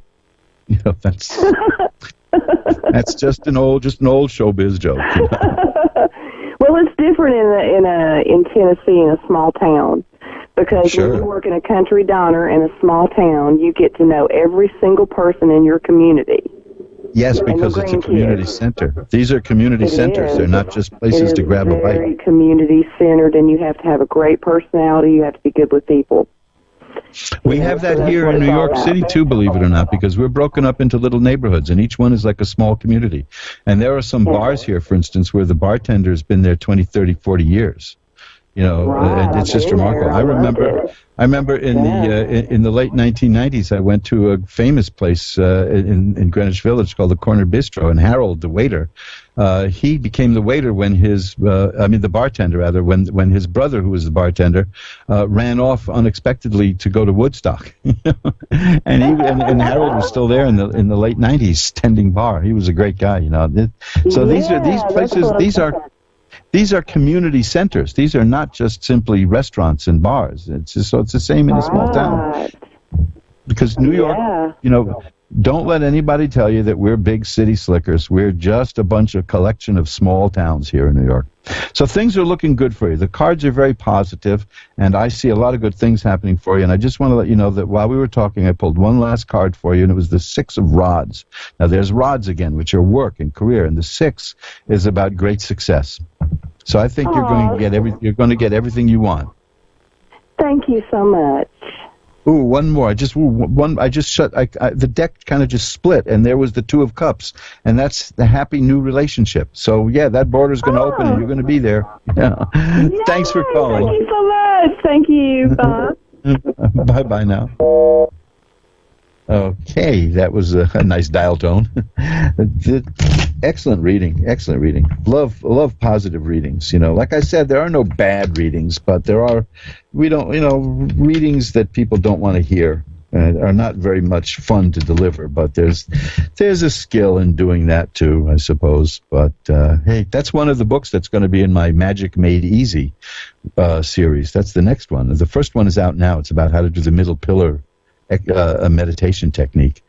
And the next one is going to be called So You Want to Be a Professional Tarot Reader, eh? Or something along those lines.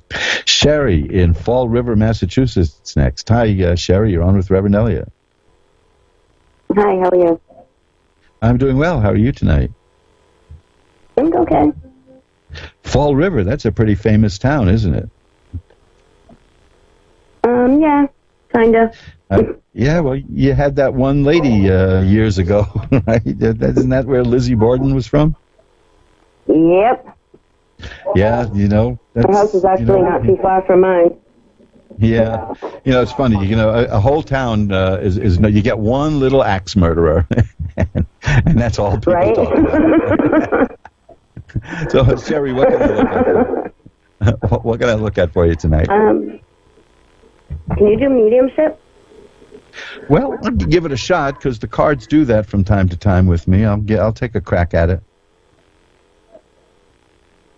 Is there a particular message you're looking for from somebody? From my mother or my father. Okay, let me see what I get because I'm so shy about doing that I always preface it by saying that I don't ordinarily do this. And I always look for certain cards to show up in order to tell me that I'm on the right track. And they always show up, So let's see what we get.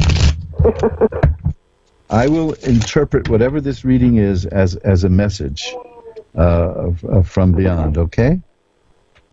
So let's see what we get. Now, the time for this really is when we get along into October, because when you get into Halloween and all that, the reason we do that in that time of year is that the veil between this world and the next traditionally gets thinner and thinner.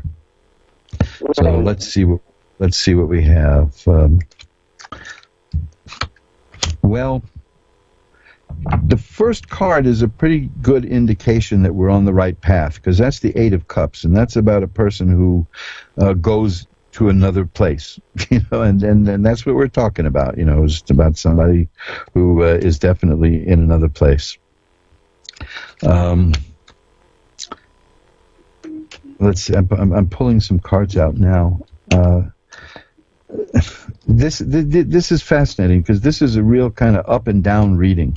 I mean, it's good, it's sad, it's happy, it's sad, it's good, it's bad, but it ends up well. Was this a rough passage for both of them? Yes. Okay, I just want to ask you, was there any suicide involved? No.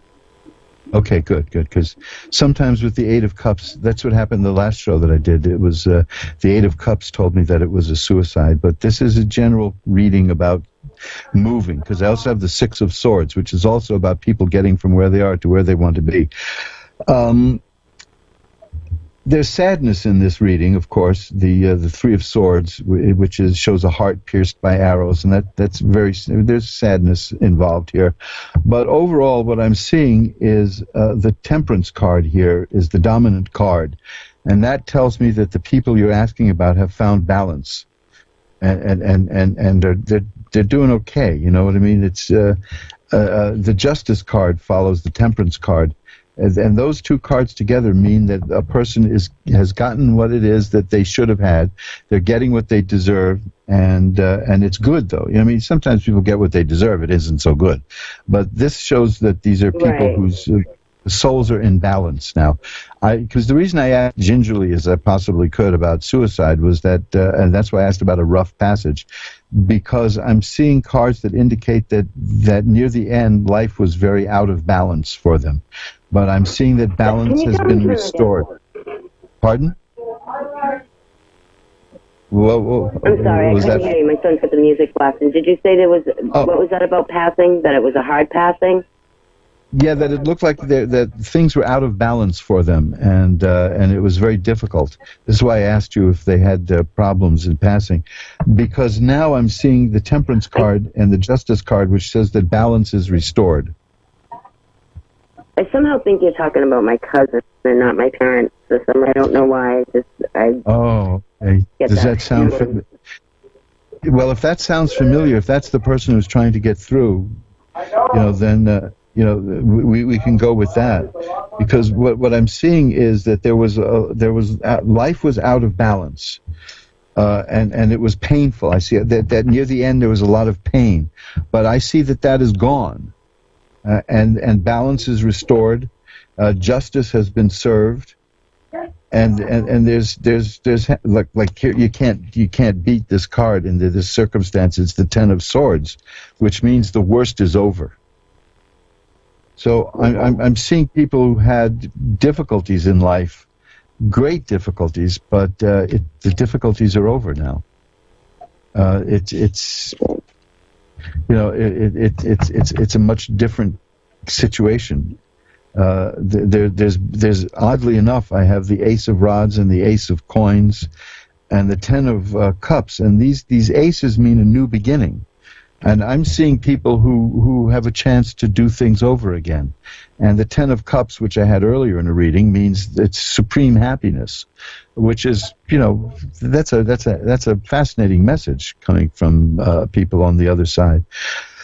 What I'm getting, whoever this person is, whoever is reaching out to you, and I have to trust your gut instinct on who it is, had a very rough time at the end. But everything is well now, and that is the message they want to get to you: is that everything is good now. Okay. Okay. Because these are happy cards. Oddly enough, even though the circumstances are unhappy, that's what we had. That right. She did have a hard time passing. She was not ready to go. She had cancer. She wasn't ready to go. She wasn't ready to die, and that was her biggest fear, was that she was going to get cancer. Well, what I'm seeing here is that balance has been restored, and the difficult passage has become easier, and she's come to terms with it, because I see contentment and happiness. So perhaps that's the message she wants to give you, is that it didn't turn out to be that bad for her after all, Good. Thank you. I hope that helps. Thank you very much. It does. And I'm going to light a candle. I'm going to light a candle for them before the end of the night. How's that? Great. Thank you very much. My pleasure. Thanks for calling. All right. You're listening to Reverend Elliot's Magical Window. That's me, Reverend Elliot. You can reach me anytime if you can't get through. I know there's a lot of people waiting to get through, and not everybody does get through. And there are a lot of people also who listen but don't want to call and speak in front of hundreds and hundreds of thousands of people. That's shy. The number one fear in life is public speaking. So, hey, I think the number one fear really is asking for help. Overall, that's what I think. And when people call a tarot reader, what they're doing is they are asking for help. So it shows that you're brave, and it shows that you are very serious about fixing things in your life. And that's a good thing to know. So if you don't want to do this publicly, we can do it privately. You can send me an email. I'll be happy. I do this for everybody who listens to Ask One Radio. I'll be more than happy to pull a few cards with a free mini reading. Just tell me what you want, and I'll pull a few cards for you. The email is asktarot. That's one word, ASKTAROT, asktarot@earthlink.net, which shows you how long I've been using that email. asktarot@earthlink.net. And hey, happy to do that for you off the air. And you can get over to magic-works.com and take a look at tarot reading and see the prices for a private reading with me. It's not expensive. I mean, I don't soak people for money. You know, these are decent prices, and everything is negotiable anyway. You know, if you want to pay a little less, don't be shy. Tell me, and we'll work something out. It's no big deal at all. I never turn people away because of money. Clorinda in Sydney, New South Wales, Australia is next. Hi, Clorinda. You're on with Reverend Elliot. Hi, Reverend. How are you today? I'm doing well, and yeah, we're coming up on midnight here, so I'm still stuck in the past. I'm still here on Wednesday, and you're in the middle of Thursday. So, this is right. This is exactly right. Lucky us. Yeah. So what can I look at for you today? Oh, I just wanted some clarity, to be honest. Just seeing how things are going for me. I've had a little bit of a hard time the last few weeks, and I just thought, you know, I don't have a definite question, which I suppose is not always the case with everybody else, but I just thought, like, if, you know, the universe wants to let me know something, I'm quite happy. Well, I'll be happy to convey a message from the universe, because it's where we both live, right? Yeah, that's our home. That's it. Let's give it a couple of shuffles here, and cut the cards and see what they've got to tell you. Okay. Well, that's an interesting card here. That's it's the Eight of Coins, and that's about a person starting a new job and working very well at it, and working very hard at the new job. Are you looking for work now, or did you start something new recently? No, I have a business where I host a lot of people like yourself, psychics and healers and things like that. So it's been going for a little while, but I just haven't worked as hard at it as I wanted to. So, yeah. Well, this is a person who does work very hard at what they're doing, so maybe the card is saying it's time to put a little more in there. The Two of Cups is an interesting card. Two of Cups is about a new friendship, a new relationship, something, you know, a new relationship coming. It could be romantic, it could be platonic, it could be friendship, but it's something new is headed your way. The Ten of Cups is here. I got that 3 times tonight. I think almost every caller has gotten that. That's about perfected happiness. Now, here's the thing that I want to talk to you about.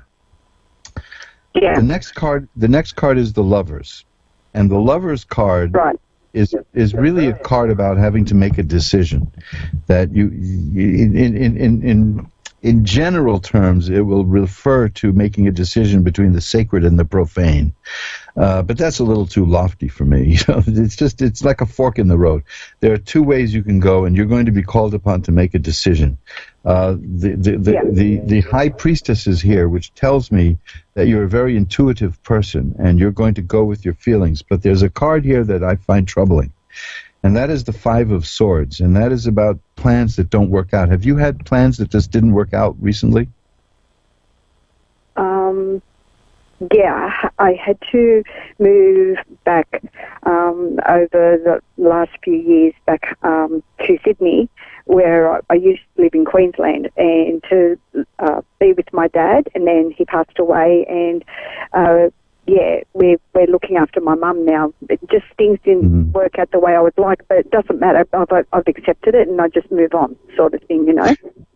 Well, that's excellent that you say that, because that's what the next card shows me, is that's exactly what happened. And the next card is what I had earlier for someone else, which is the Temperance card, which tells me that you're very, very well balanced. The card of Temperance is about balance. So the fives in tarot are pretty severe. They're not nice cards. And something didn't work out, and maybe somebody wasn't treating you properly. There's a hint usually about being cheated. However, the Temperance card shows me that you're extremely well adjusted to that, and you're doing well. In fact, you have 1, 2, 3, 4 major cards here, so this is important stuff. The 4th one is one I'm going to tell you about right now, which is the World. I've got the Five of Swords, which is about something that didn't work out for you, the Temperance card, which is about being very well balanced, and the world, which is a card of it's guaranteed success. It's assured success. So you're going to do very well. So if there's if there's a message here from the universe, it's that you're going to be facing a choice very soon. You're going to intuitively make that choice, and it's going to be a good choice for you. And the message about the thing that didn't work out is don't be concerned about it. But you know that already. Yes. You're already at that place. So this is just this is just confirming that. One thing more. The Six of Cups, that's about memories of the past, specifically childhood, and sometimes it indicates that somebody from your past is going to come back into your life. Right. So keep an eye out for that, okay? Because it's a card of pleasant memories, too. It's not bad memories, it's pleasant stuff. But to me, that's the message that I'm seeing here. I hope it helps. Oh, fantastic. No, it does. It's just that, like, I've, been having a bit of a rocky time with my husband. He suffers depression. So, but, the choice I made was, you know what? We've been married this long, and, I don't want to go anywhere else because I know in my heart the person who's in there is really good. And, he just has these bouts, and you can't help that, It's like you need to just sort of help instead of, like, running away. That's how I feel. So, Well, that's the balance. That's the temperance card. That's a very you made a rational and intuitive choice. Rational and intuitive simultaneously. You did it emotionally, and yet you did it intellectually.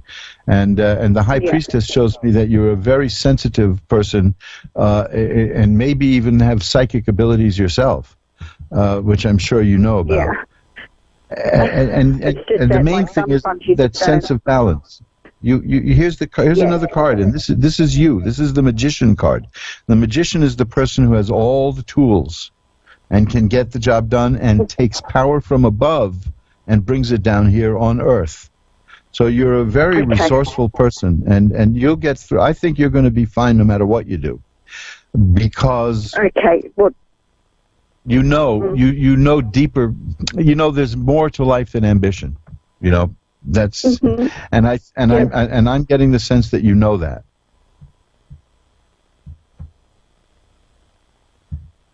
Things are going to work out very well for you, okay? Did we lose Clorinda?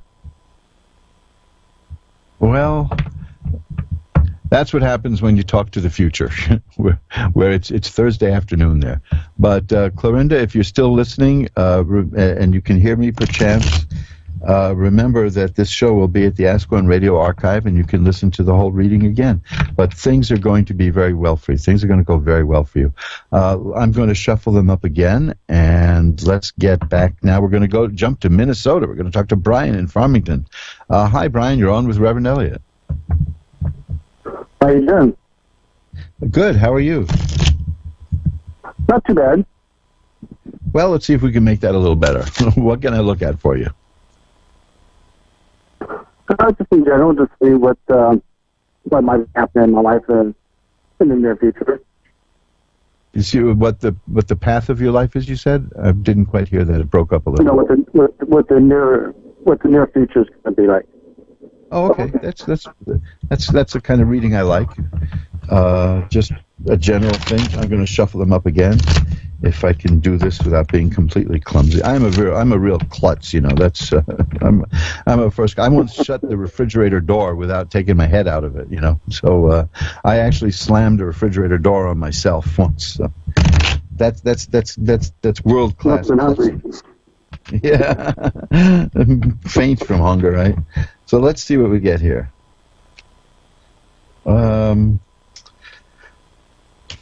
Well, the first two cards I have are rods. So do you have questions relating to your work or career? Not really, but I can go with that. Okay, well, let me tell you. This is an up and down kind of card, and it's good. I mean, it starts out with the 10 of rods, which is a person who feels overburdened and overworked. But the next is the Six of Rods. It's a person who is acclaimed and successful and is well known for their success. There's also the Three of Coins, which is about successfully completing an assignment and being recognized for it. So I'm seeing that what's coming up for you is you're going to do something impressive. You're going to do something that impresses people. But I'm concerned, do you feel overburdened right now? Do you feel like you have a lot on your plate? Not really. I'm used to having a lot of things I have to deal with at work, so or any job I've had, so it doesn't really bother me any. Okay, well that's good, because this is a person who has a lot to do, and usually it's a warning not to let yourself feel that way. That's why I ask you that. Now, the Six of Rods and the Three of Coins are about success and getting a job done and doing well at it. The Seven of Cups is a card I like here. Seven of Cups is a kind of unfocused ideas, but a lot of ideas. Now, I like that card. A lot of people don't like that card. I like it because I would rather have too many unfocused ideas than no ideas at all. And this is telling me that you have a very fertile imagination and a good mind that's coming up with things all the time. And one day you're going to latch on to one of those things, and you're going to really ride it home. You're going to do really well. It's going to be life-changing for you. It's going to mean the next card is the Six of Coins. That means money coming in. I think the message here is to trust your imagination. Are you're a very creative person that way? Very. Okay, because your mind, you don't think like other people. You know, your mind is quite active, and you see things that other people don't see. And sometimes that can be a very difficult thing because they'll think you're crazy. You know, I mean, and I'm not talking about seeing. I'm not talking about seeing people from Roswell, New Mexico. You know, I'm talking about like right. You can see opportunities that others don't. And the next card after that, I told you, is the Six of Coins, about getting money, and then after that is the Ten of Coins, which is lots of money, and happiness, and living well and doing well. There are 6 cards here, and 3 of them relate to money, 2 of them relate to work, 1 of them relates to work and money. So and it's that Seven of Cups is right smack in the middle here. So that tells me that you're going to create something. You're going to create something interesting, and it's going to lead to all kinds of happiness for you and success. So keep alert with your mind. That because your mind is trying to tell you something. It's a little unfocused right now, but it will snap into focus. I have no doubt about that. I wonder what that is. Well, you'll find out. You know what you can do is, do you keep a journal of your dreams? No. My dreams are usually about military and stuff. So. Well, you write down as soon as you wake up, you should write down what you feel about the dream. Then, and after a while, you'll start seeing a pattern, because we forget a lot of details of our dreams almost instantly. As soon as we start using our muscles, that replaces the dreams. So try doing that, because I think that there's a lot going. Now, wow, this is impressive. The next card I pulled was the Moon. I was about to say I'm surprised that I don't see the Moon card here, but the Moon is here now, and that is the card of subconscious activity. So there is something going on under the surface that it's trying to get a message through to you. And I strongly suggest keeping a dream journal, and then just write the stuff down and forget about it, and then after a few weeks, look at it. Okay? Okay. Because there's something brewing in your mind that's going to be good, and it's going to lead to good things for you, and it's trying to tell you. Your unconscious mind is trying to tell you about it, and trying to break through. And you have, like I said, you have a very creative mind. And there's a lot going on in there, and you just want to sort that out and focus in on something, and the dreams are going to tell you what to focus in on. That's what I see here, and it's loaded. It's loaded with success here. So you got an interesting time. You got an interesting time coming up. So let me know how it goes. You can email me and after a few weeks of doing that, and let me know what's cooking. My email is asktaro@earthlink.net, and I'll be happy to pull a few more cards for you. Okay. Okay. Thanks for calling. Thank you. And my pleasure. Let me just shuffle up the cards now. Brian, you're in for a very interesting time. That's what I see. Because there are messages coming through to you from your unconscious mind, and that's the best way to do it. Anne in Victoria, British Columbia is next. Hi, Anne. You're on with Reverend Elliot. Hi. Thank you for having me. Well, that's one way to put it. I'm awesome, thank you. What can I look at for you? I'm just wondering if I have anything from Spirit coming through.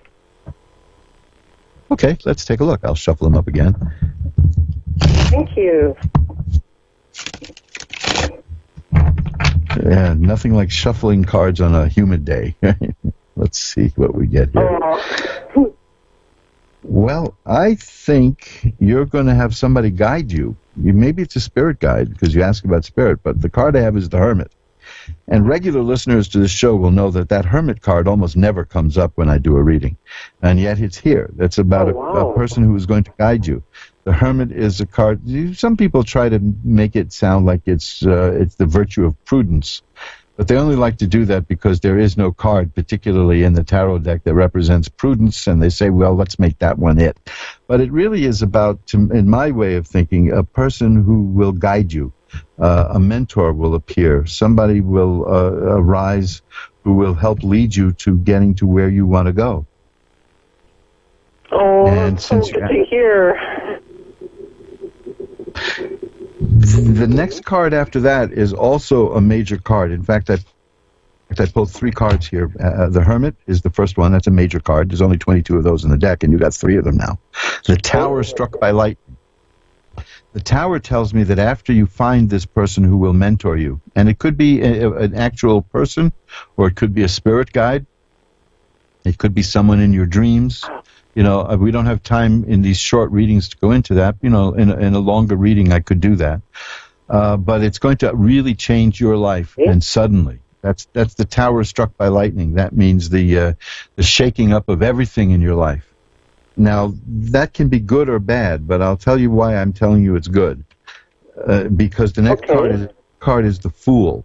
The Fool card is the card that, according to the Gypsies, means that the person getting the reading is beloved of God. If there's any bad cards in a reading, the Fool card cancels them out. So that's why I say that this change in your life it's going to be positive. Now, I totally need that. The 4th card here is also a major card. 7 years of really bad.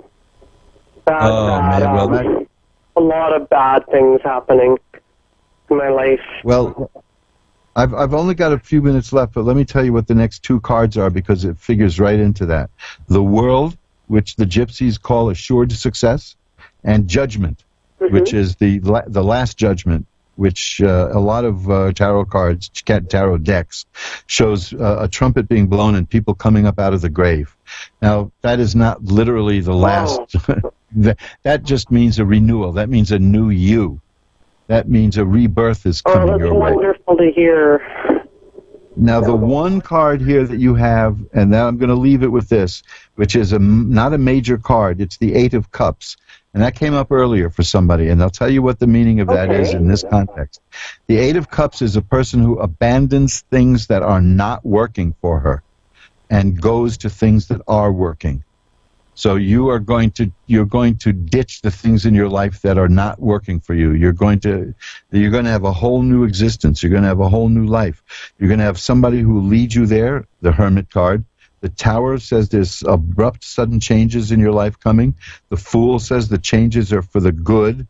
The World is about assured success. The Judgment means a new you is coming, and the 8 of Cups confirms that by saying that new you is going to walk away from the things that are bad in your life.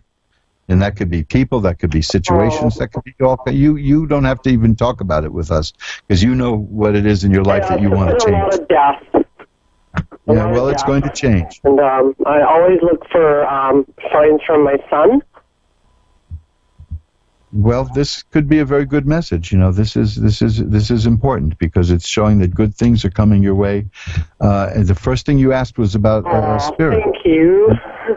And I'm taking that hermit will be a spirit guide. So keep an eye out for that, okay? I've got to run. I've only got a couple of minutes left. What a wonderful message. Thank you. My pleasure. I love giving good news like that. Give me 1 second here. I want to find one more card. Here. One last card for you. It's another major. One last card for you. It's a major card also, like the others. It's the star, which I've had earlier. That's the card of hope and optimism. So you're coming to a good place in life, and you deserve it. That's what the judgment card is. That you deserve it, and you're going to. Got to run now. To me, thank you. Bye now. And look at that. We've come to the end of a show. And I think, folks, I'll have to check my numbers, but I think that this was show number 297. And as I hinted a couple of times over the years, 297 is a very important number in my life. And don't waste your time. I don't use it as a password for anything. 297 is a very important number in my life. And maybe I'll discuss that one day. But I'm pretty sure that was what this was today. Show number 97. You know something? I'm going to take a quick look right now. Let's see. Where are we here? Let's see. Nope. This was show 296. That means next week it's going to be show 297. And some awesome stuff is going to happen. I know that's an overused word, awesome, but when Reverend Elliot uses it, it's awe-inspiring. You know? Yeah. So stay tuned next week for show number 297. I'm psyched up. I'm waiting for it. But this show had such good vibes that I thought maybe that was the one. So listen, let me tell you again, you can go over to my site to find out more about what I do, what I can do with you, and what I can do for you, and what I can show you how to do yourself. Get over to magic-works.com, magic-works.com, and mojoacademy.org. That is the website of Mojo Brothers Publishing. It's books, it's videos, it's audio. Not much new audio, but there's some new audio coming. I'm going to be doing a series of meditation discs and meditation recordings, which I think you're going to like. And that's all under mojoacademy.org. And at mojoacademy.org, there's a new page up there today, and that is Magic Made Easy. Take a look at that, because I want you to see if you're interested in enhancing your life with magical work, and you probably are, or you wouldn't be listening to the Ask One Radio Network. Check out Magic Made Easy. These are basic, down-to-earth, no-nonsense. I was going to use a more tangy vernacular for what it isn't. We'll just stick with no-nonsense. Books on magical work that are designed to really get you to hit the ground running. They're not going to be more than 30 pages each, if I can help it, and the price is always going to be $9.99. Or less. Remember, you go over to mojoacademy.org. For any of the books there, you can find a code that'll give you 15% off if you buy the book directly from the printing plant. You can get these books at Amazon also, but they're a little more expensive at Amazon, and there's no discount. So, be like my fellow New Yorkers and buy from the factory outlet. So we'll be back again next week. I'm here every Wednesday at 11 Eastern, 10 Central, 9 Mountain, and 8 Pacific, and we will go looking through the magical window of the tarot once again. Check out my website, magic-works.com, magic-works.com, and I'll see you next week. Remember, time flies, folks. It's up to you to be the navigator. Bye-bye now.